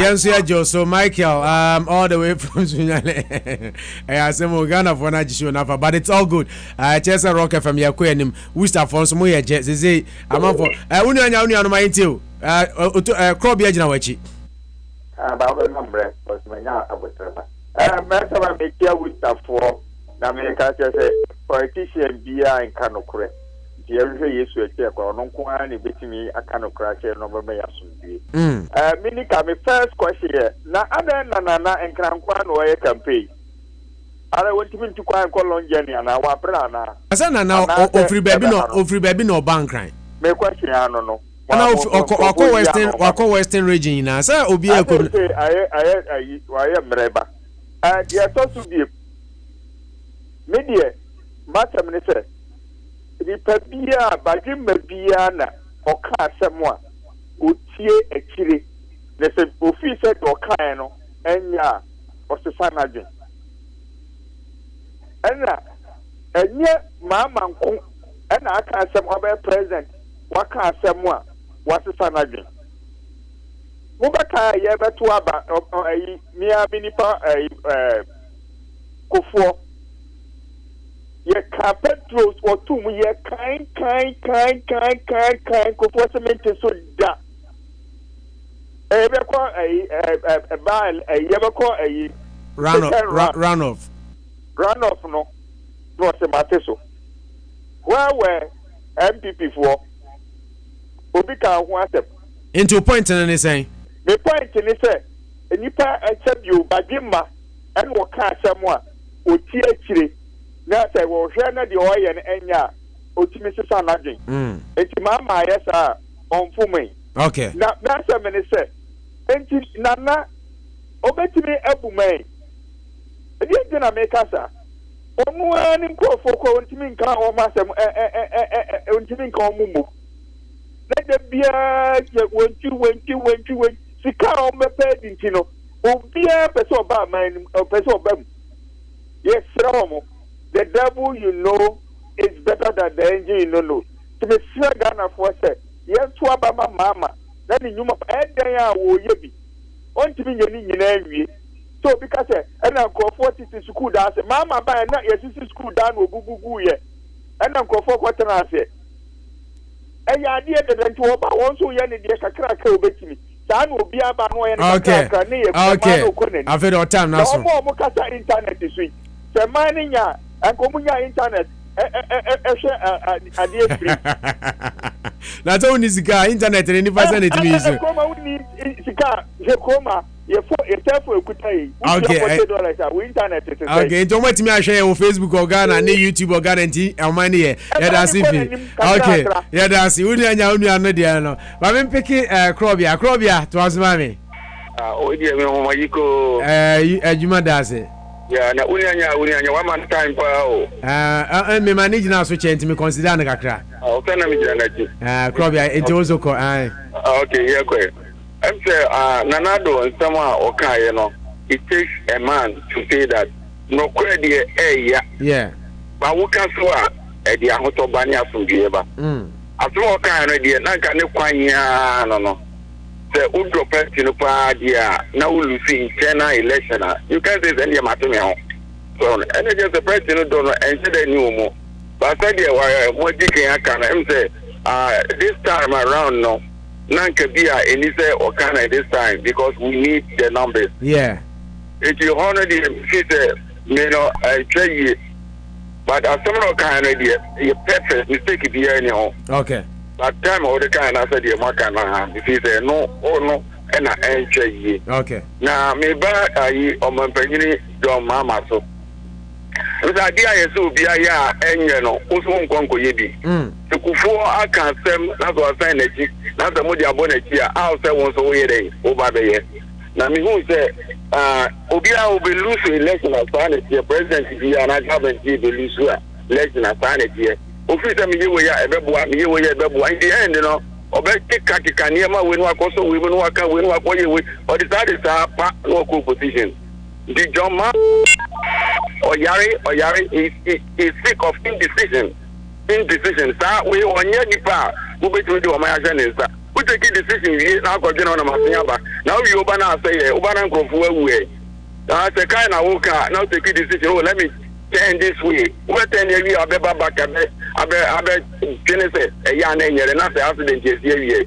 So, John Mama is in the state of what the mental pandemonium. And they are just running helter skelter. Niema and Koyoma will say they are losing. So if the opposition says this, I'm going to do this, let me take it from them. What we see 200 schools and Sana school will graduate not any free. I mean, another case of school free last 2012. What it's not feasible. I've worked with 3 schools out in my SS no free. What kind of business you got one with it? Teddy and another can you know say all kind of for say any okay. Your mama any NDC for no. Omo pegana yitina na na do kan so be we ya. Yes enye. Okay, Krobia sa video on so. O yare. Your mama o yare indecision. O ma ye nto aba no ma no. O do ma ne be fiase. Okay. The way you group by mu president na say untim take decision as a president na be akọ wani force and back that just we can't enter anything into your hands. Or in another or the unity papa but when we na say if MPP 30 for 8 years or 10 years in it, but there will be anti-party. And this reform is here together. How many parties have come out of okay. Krobia, I've had my mom repa. Where they can your mama. Okay, thank you to Krobia. 508-926-8746 and now 508-459-2673. Me pacho, one on the line with you. Hello? Yes, sir. Yes, sir. Yeah, Obo. Attack my tobo over 2 obi also. I know what be kujina so mami. Me pacho first call na work Robi e chene to aso mami. Oh, okay. Attack my why money pa call na a drop to aso mami. Anya call na do we use my bus into kuru gani. Okay. Mami Karibi. Order to aso meet you. Mami Karibi chire in pem for mucho isunyane for. Your mama was sunyane. Munya sure so to abano massively ama don mama and I mama lodina in kuyini. Okay, Opo, Mami Kasem Phil. The don mama can moon here. On Kasi on ma teach what they call nurses no omala wano. Or the committee. na se committee ne kana asema wonto mobo akwala on ti asem ye de nipia bote ye kwetle to aba o da se eti do mama asema ka wan kasi pomo tu ti am no mo mala wan kasi sa o de monto mobo ye de ma committee Abeku. Oh, me tumfutumwe. No. Distortion of facts. They mean very distorted fact. No. Say over distorted factor. Say if you are coming to defend your kind, are fine, but your kind won't me mesesano. Distortion of facts they will not allow. Because you are. What is it? So, mama. Yeah, your mama is coming. Oh, won't see us here. And then they or can they before say, Mama, do money. And you could dear. What is it? You could dear. I'm buy and come dear. I'm the casa. And then the beat is oh, me said, no moment to Abama and I see this again. And to be fast on the World Cup. Oh, yes, and yes, excuse me. And yes, no match. He is going to restore it. But he needs time for this people to sit down. Okay. Enti say ojitum say okasa or rather lose than to restore Alawa. Okay. Enti who betray mu differently. Okay. What you say? Yeah, tia say. And number 2. Na do asem kan. Say be nyam pipi. But na do be penance wo kwan bi so. Asem kan. In fact, I said the same thing. This NDC for more voter, 10 people, almost independent. It takes a true party member. Say me lose election. Now me get the all. Yeah, you go in. It takes that na offer kasa asem. Okay. Before you na chum. Oh you na chum. That better offer kasa asem. But it's true. Okay. It takes a real wife to stay than to gossip about the house. Thank you very much. Thank you. Waka. Honorable Abeku no. Okay. SMP, me pa to asoma me wi ana Elijah nso de mako. Yo, Benya, Council. But SMP, answer now Becca and me pa cho. Ma me put you on record. Honorable Atangman, President Asema Okan no me catch us fact there. I will never allow anybody to distort facts. Assembly President tweeted on his own Twitter account 8th September 2016. Or say on the matter of training teacher allowances, better to lose on principle than win using falsehood. We will not reverse the decision. Where President on one official Twitter account. And I will go crabon say website ring in carry story. Intendo there. What can I say? Or the other one back in the Belusu on principle. Something the president has said. And also CSUBO said, we will not reverse the decision. Obiaka Wadika. Nzempi to us, mammy. They make say, and if I know or a president, you know, also I'm like I want to name man. Said if I was out to walk, that's a America, and I saw Nakujana, Ukujana. Let me, I mean, with the papaya away. I say, and you should be a Metacunia. On Timmy man who was decision making. I'm there, you are there, Mama. So, see, Janaya, and I would decide to say anyway. Good year, Macatu. And if you are Metacunia, now, I quite say, we are Christian. Now, what's your sorry, them now share only animal woman Ghana. Now, my opinion, what is what to me, says, in Yaya, more Ghana, so I said in Pediasa. What's in your job? I could pay that in Correno. Now, I hope food. Now, so not quite transfer them. Now, could not say, Radi, Emra, and I say, Yeshua. Now, who knows my woman and say, so we need to more Ghana or Mungu. Now, what you want? Me know what she was it a man another to a man. Why you want to say we end this in it fine? Now when you must also anything. We won't go back or person of fear man. And I will and that's what I put on the demo. Unyano.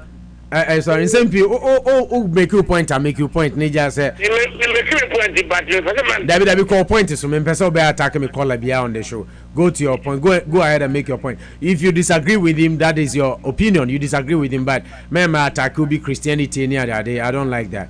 Yeah, okay, Martin. Me patch of go ahead and make your point. I'm unfortunate. What you say, anybody brave as it? Why? Where the Matthias, you so yeah. Okay. Mama, your president here, as you heard, Manasa, the camera. Only one person will declare for that.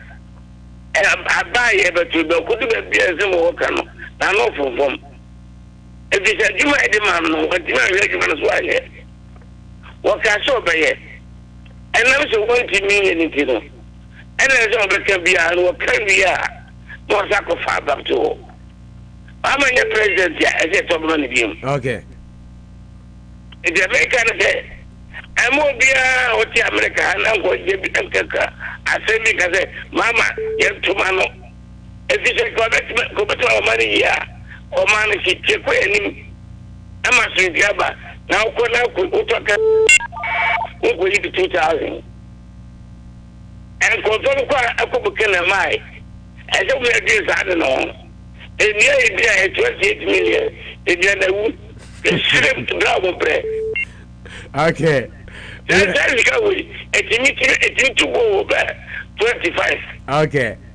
Nzempi that's it. My front to us now. I can my infant to just and another down Kwakufado this year. The campaign turn or Malamata market. Now Kojo Alantramatin and as see Okasa. Kojo Alantramatin and Okasa see our campaign. I say, my main picking an escola Elijah Facha me waging as watch a mini Bema. Thank you, Paul. I thank you very much and commend you for a good job. At least I've noticed, you try as much as you can to set records straight and ensure that people are not misleading facts. But if my records will be clear enough, I stand for correction though. During the time of Kufuor and the administration with the issue of the fuel prices, which the NDC used to campaign and win the election, but unfortunately, the case now airport is Ghana with regards to fuel prices is even much more disastrous. Trade the fact say as far as fuel prices to be like very good. Who compares to here? The fuel prices in America, they always use the market value. I mean the world market value to compare what we have in Ghana. The amount of a price per Ghana, we pay almost more than 2 times the value. $2 per gallon. Who convert Ghana price there now is about $4 per gallon. But that's not what I'm trying to say. The point I'm trying to set clear here is the fact that Kufuor never said he was never going to bring down the price. He brought down the price, and Atamio's campaign to say that in his administration he can do way better than what Kufuor is doing within his administration. As to the fact of bringing price down, because even during the campaign season, each time he was being hit hard, as far as the prices were concerned, he still brought down the price. But Atamils made it clear that he can do better, and that was what happened in the case. Yeah, I know about Obeti Super. Mahama, he's made an emphatic statement.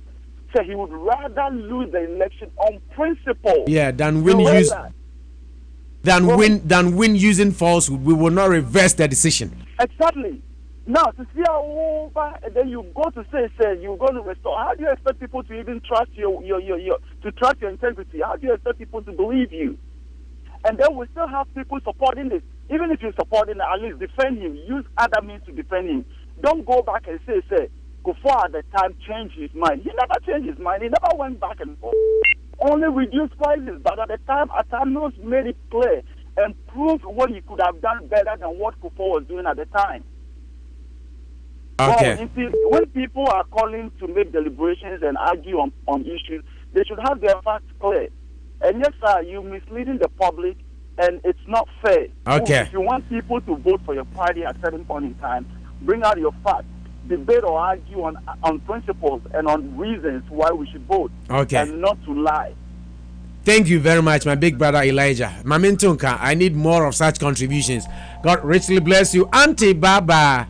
Also, Major Demi or Auntie Baba, Fidia or my intel. Yo, Mate, Michel Penufina. Yeah, Joe, my radio don't come from Kakra. Aye. Is it Infantino much of a mission? What's funny then? Oh, yeah. At the thing, I may in Sambia now, who papa. What share Nancy minimum make a say with she or cast some mirror way. Or see, young bumper Madonna for the sister more cordono and this in MPP. A bone the work will be a bone at Charwa, a bone what to do it through her. I say, right, I'm about 2 minutes to Munko. Now, some mamma, and Shanna say, oh, yeah, you're not sure them, wait. I there, Opia money, Sanobi. I don't more so come so no beyond Penwasama on Morocco Votama, open the papa water snadon. About 2 mobile fiasano, no more wako you no one was yet dumb to try some to 1 and number. Oh, yeah, papa. One of what kind of feed a woe scanner, what will be Tino until Obia Sorosdo, and Mahama uncle. Nelson. One Susa come to one was Warusunu, was one Kadam Mahama on Kwana. No one I said the master me a name for the Wodicha. Oh, yeah. I will ask there a allowance and some one I will hear 1 hour as teachers and nurses and some man. Nedaba Mahoney Bolu selection fine. Master me if you want dream, they pay with one, we pay up or no, you put the same to Akade and a Mahama. I would have defend Mahama. One I would have defend Mahama. On work and there in Ghana for no service. You get a short memory. You get a short memory. Talk kind of mass I'm 2 or feed the young free. And once I done home, Mamma, allowance. No, I know feed the what it's a beam can't say, no, I come man, I can now. A custom chobi, Abrochiamo from Ampo, a dada when you dada on. Next time, make a doy beyond yada. Because you are a liar. Last time I did it for you. You didn't do it for me. I will not do it. No, into no young penny for no sabi. Young farmer, Nabaka, someday you are done one. No, partner, no, not so bad yet, dear. My name. Warusu, and Yamaho. Okay. Because I'm no fast for where we are midwifery, a crow nurse. When now was not that Mimoska. Now saying that I'll bet by now the way you Juma. Opiati. No one when you want scanner warrant now, one chine here for to Opiasaras want to mama. And my most and my snake after ya. Or the young Naya Pajan, Conation, more I don't and one shin if you are. No what the papa Bashano want to my mama. I say that. Okay, now see the Auntie Baba Yadasi. Papa, and pioneer but the Mahama no metado. Now what Papa Sada, Opipero Tia Pine Skip Yara, on chill, no accountability, on account, no just can if you want now want them. What Japan I do way to I in Efima. Okay, now if you want same. One chilling if you want same Auntie Baba Yadasi P. Mamin Colline, so now I'm in Peke. I'm in next one. Hello. Me ba Joanny. Oh, too bad. Ola na drop home. I'm in picking minutes. Hello.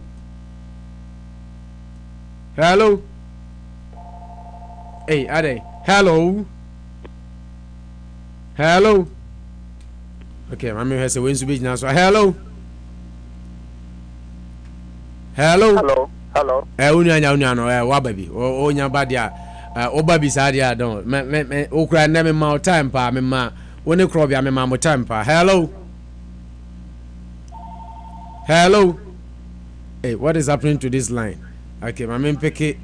Yow, Ewa Hana, yes, sorry, so. Yow. Upon to say, Mammy, I mean, your man. Yes, sir.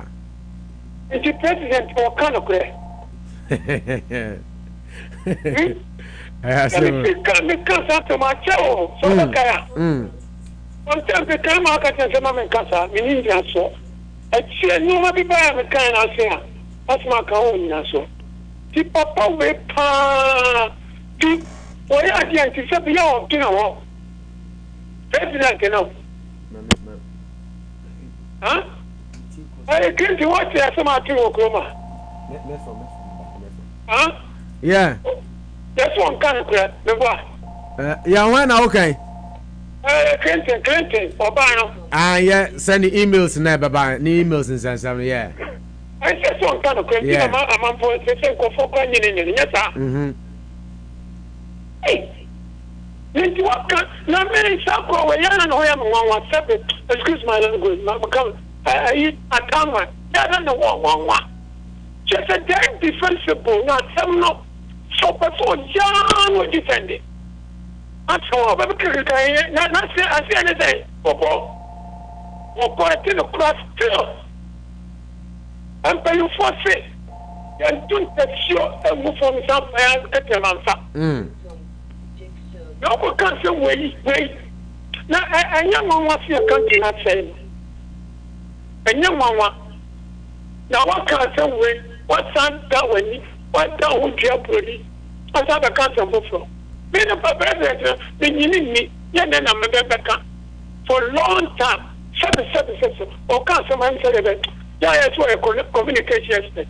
I don't see that. I don't see. Meda CP Minya Bemaya. Yes, so a communication expert. Nzo ka samwa na ondimi ni na sam so no asasa no. Okay, me pa choma me peke o Frempon ye. Obo. Yeah, me ba join ni. Frempon. Frempon eke osofo yeah, me hu di no phone so. Mami ntio, obe last caller your time na so. Opo me chia tiefo nyina. Yeah, tiefo nyina ajo so. Enza kakra yen semre kana mdibi to no so. Enza nipa dia sabi unim nyame a na unim nyame na unim nyame a dia message say ensa fa propaganda enka ho because nyame som ne propaganda no e modra dia make am say opose wo frɛ fie sesi a nipa esu no e doso sabi ye ne ati America ha de ya okwabrani de dintimu ya ponche endi sabi Mahama tisuo Sakufo adugbo ye an ye one ponche a uni na efiefo no opo ni person doso e che wo mo sere eno kire se eniema nkoyi ewo fie na se ye nuo mo fie no so se eniema nkoyi ama wo mo a ye nso ye wana sabi opo ya ho nto ye ne ya wana opo adio even end of the month no krano utuatua no ema wia de baka won sem no enya da nya ibia nanso no anam se fiefo won to wo munti no awose adan o sa da ne woni kore wo mso enti yasra anuanom se obia yansesam sabi ya woni taba akofo ama o man no eya mamwo eya dwenkyere uba na ubenya bi na sa anya yi a ya peni pa foforo so ni anu so ahedi onu so betumi aye onu so ba na anya yi a ni yi na sinche ni afeni pa foforo ni ba bi ye ade enye o si tinchina atia ya ntoma no o so ya so nu nyame osofo sa you know ya na me mpese mo be nyame na ba mo de obi a ye nyina se ne MPP na ndisi fo ye nyina obi akwa asore eno kura ya nsum nyame wo nukurum ya yamfa kontompo nsum nyame mane nyi anti de eno ye generalization wo ba ahima het before church no so anu abekasa okay that's it. Okay, Frempon aka Asafo also at the end of the for this is where we bring the curtains on the show mean to me for of Rabia Bio Yedidi Akura Winia Bema Kumfante Alhaji Ali Maradona me pacho say you want to call into the show your time was on Friday mfa ye chia oni kumase ni kodokofo nyina mo se mo share live e wo adum me pacho Chiakin Edward the slave emame Chiakin Edward the slave of Hello FM emame honorable Atangman what the message be by say Opo is a lie. The president didn't say that. You guys don't understand the president. Me pacho enna me kotu ya no president ne kansa. Message we hold by Ansana. Me read this idea. The president a quote from his own official Twitter account. Or say on the matter of trainee teacher allowances, better to lose on principle than using falsehood. We will not reverse the decision. Nti president Ekans, I say we don't understand the president. I know the honorable Makasa distortion of facts they I will not entertain on my show. You can express your opinion, but as a president I can't say now on record now because one can't say I will not let you fool my listeners. Also my friend and so what and so what Nadeba. Okay, David Brony say let a teacher contribute. Teachers Day. I am a former teacher. Oh, a proud product, St. Augustine's Teachers College, Bogoso Western Region. Remember your teachers. I can remember the name of every teacher from class 1 to 10. David Bruni, sorry, my who message you in time. What the message you by around? Not David time. The message you by the Senate time call 11:51. Also try. I want to me and fetch me, but a message in my kind. Once a teacher, always a teacher. You know, I try the other. You know, a teacher for. Now, final comment. Name, sorry, sir. Opo, in conclusion, you better a teacher for us. You better pa sika energy tadi opo. Ebeka si yeni bi. Na the demo man say nyame shira. Okay. And the me teacher. That is a big common. Once a teacher. Opo. Always a teacher.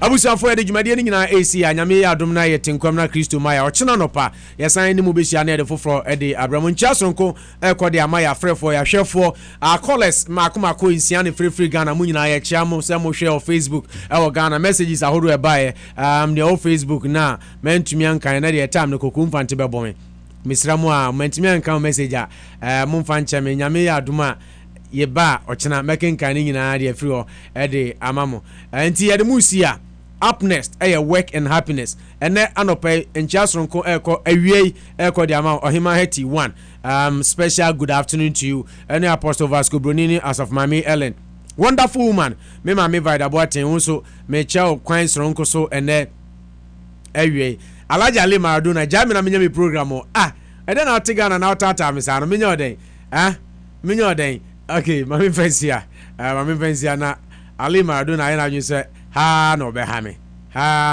so mimfie no Bobby Nuff mami ya baby darling any nipa dodo over 70 monso more like it and there might be 55 Facebook buy no Mr. Mo fancha me na mintumi nkan ni nyina nyame yadoma o chena ye no mu behia na de aka mu bia de abram ba menchia Julius Nuamesi Kuma Julius Nuamakuma Club Nuamesco CEO special good afternoon to you and mami ya Dua Appen appear crying.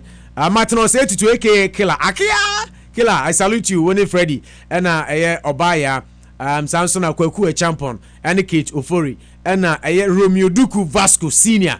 Special good afternoon to you, brother. Munina Namo show Facebook. Open national meeting. The party also want to make a be mama cramo. Minu Abema Kumfante at the work and happiness at the Abramo. I'm out. And Pabusu on rock. 102.3 FM Eya Semsebe TB Anopabusu on rock 102.3 FM Eya Semsebe TB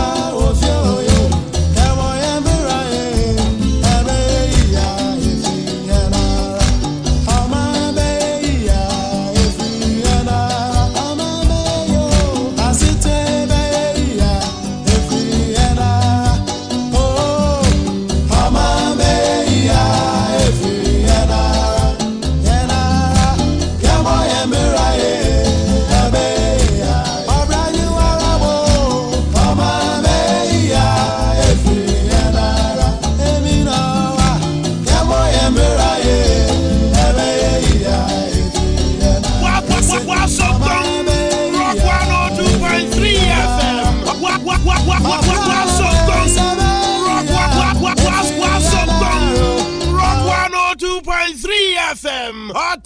Wasogong Rock 102.3 FM. Otemo Wista.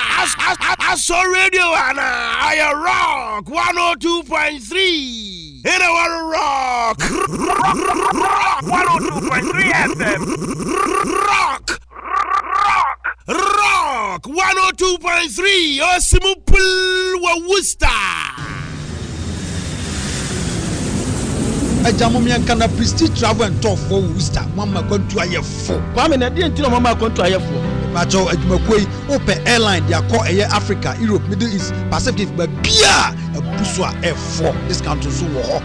Anya Ghana for ya tiasem do abakade ye nyina yefo ni kire eye Prestige. Bacho airline hodo ni nyina obenya bia for say Delta, KLM, Sarafian, Lufthansa, ene dia keka wo bia no obenya bi dia kwa ene Africa so ko ababi say Accra, Abidjan, eye Abuja, ene Banjul, Bamako, Conakry, Lagos, ba bibia so odo be kwa discount to e ka ho a efo. Ene se take it ho anya de sika ho anya de dia ma na so ni ba bi fo woni kire dia me bacho. Ba bi ba ko pe no ani Prestige. Odo dia bokede ho no ani so du Ghana.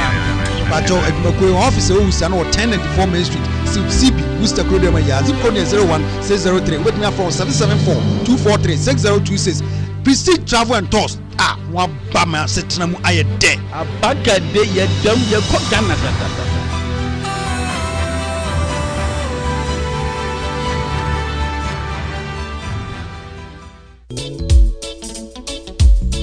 Hey, Kwansima. Ena de wa kire so ye mfantini. Ena mo ya no nsuo de papa. Akonta, ka me beka o. We de ma me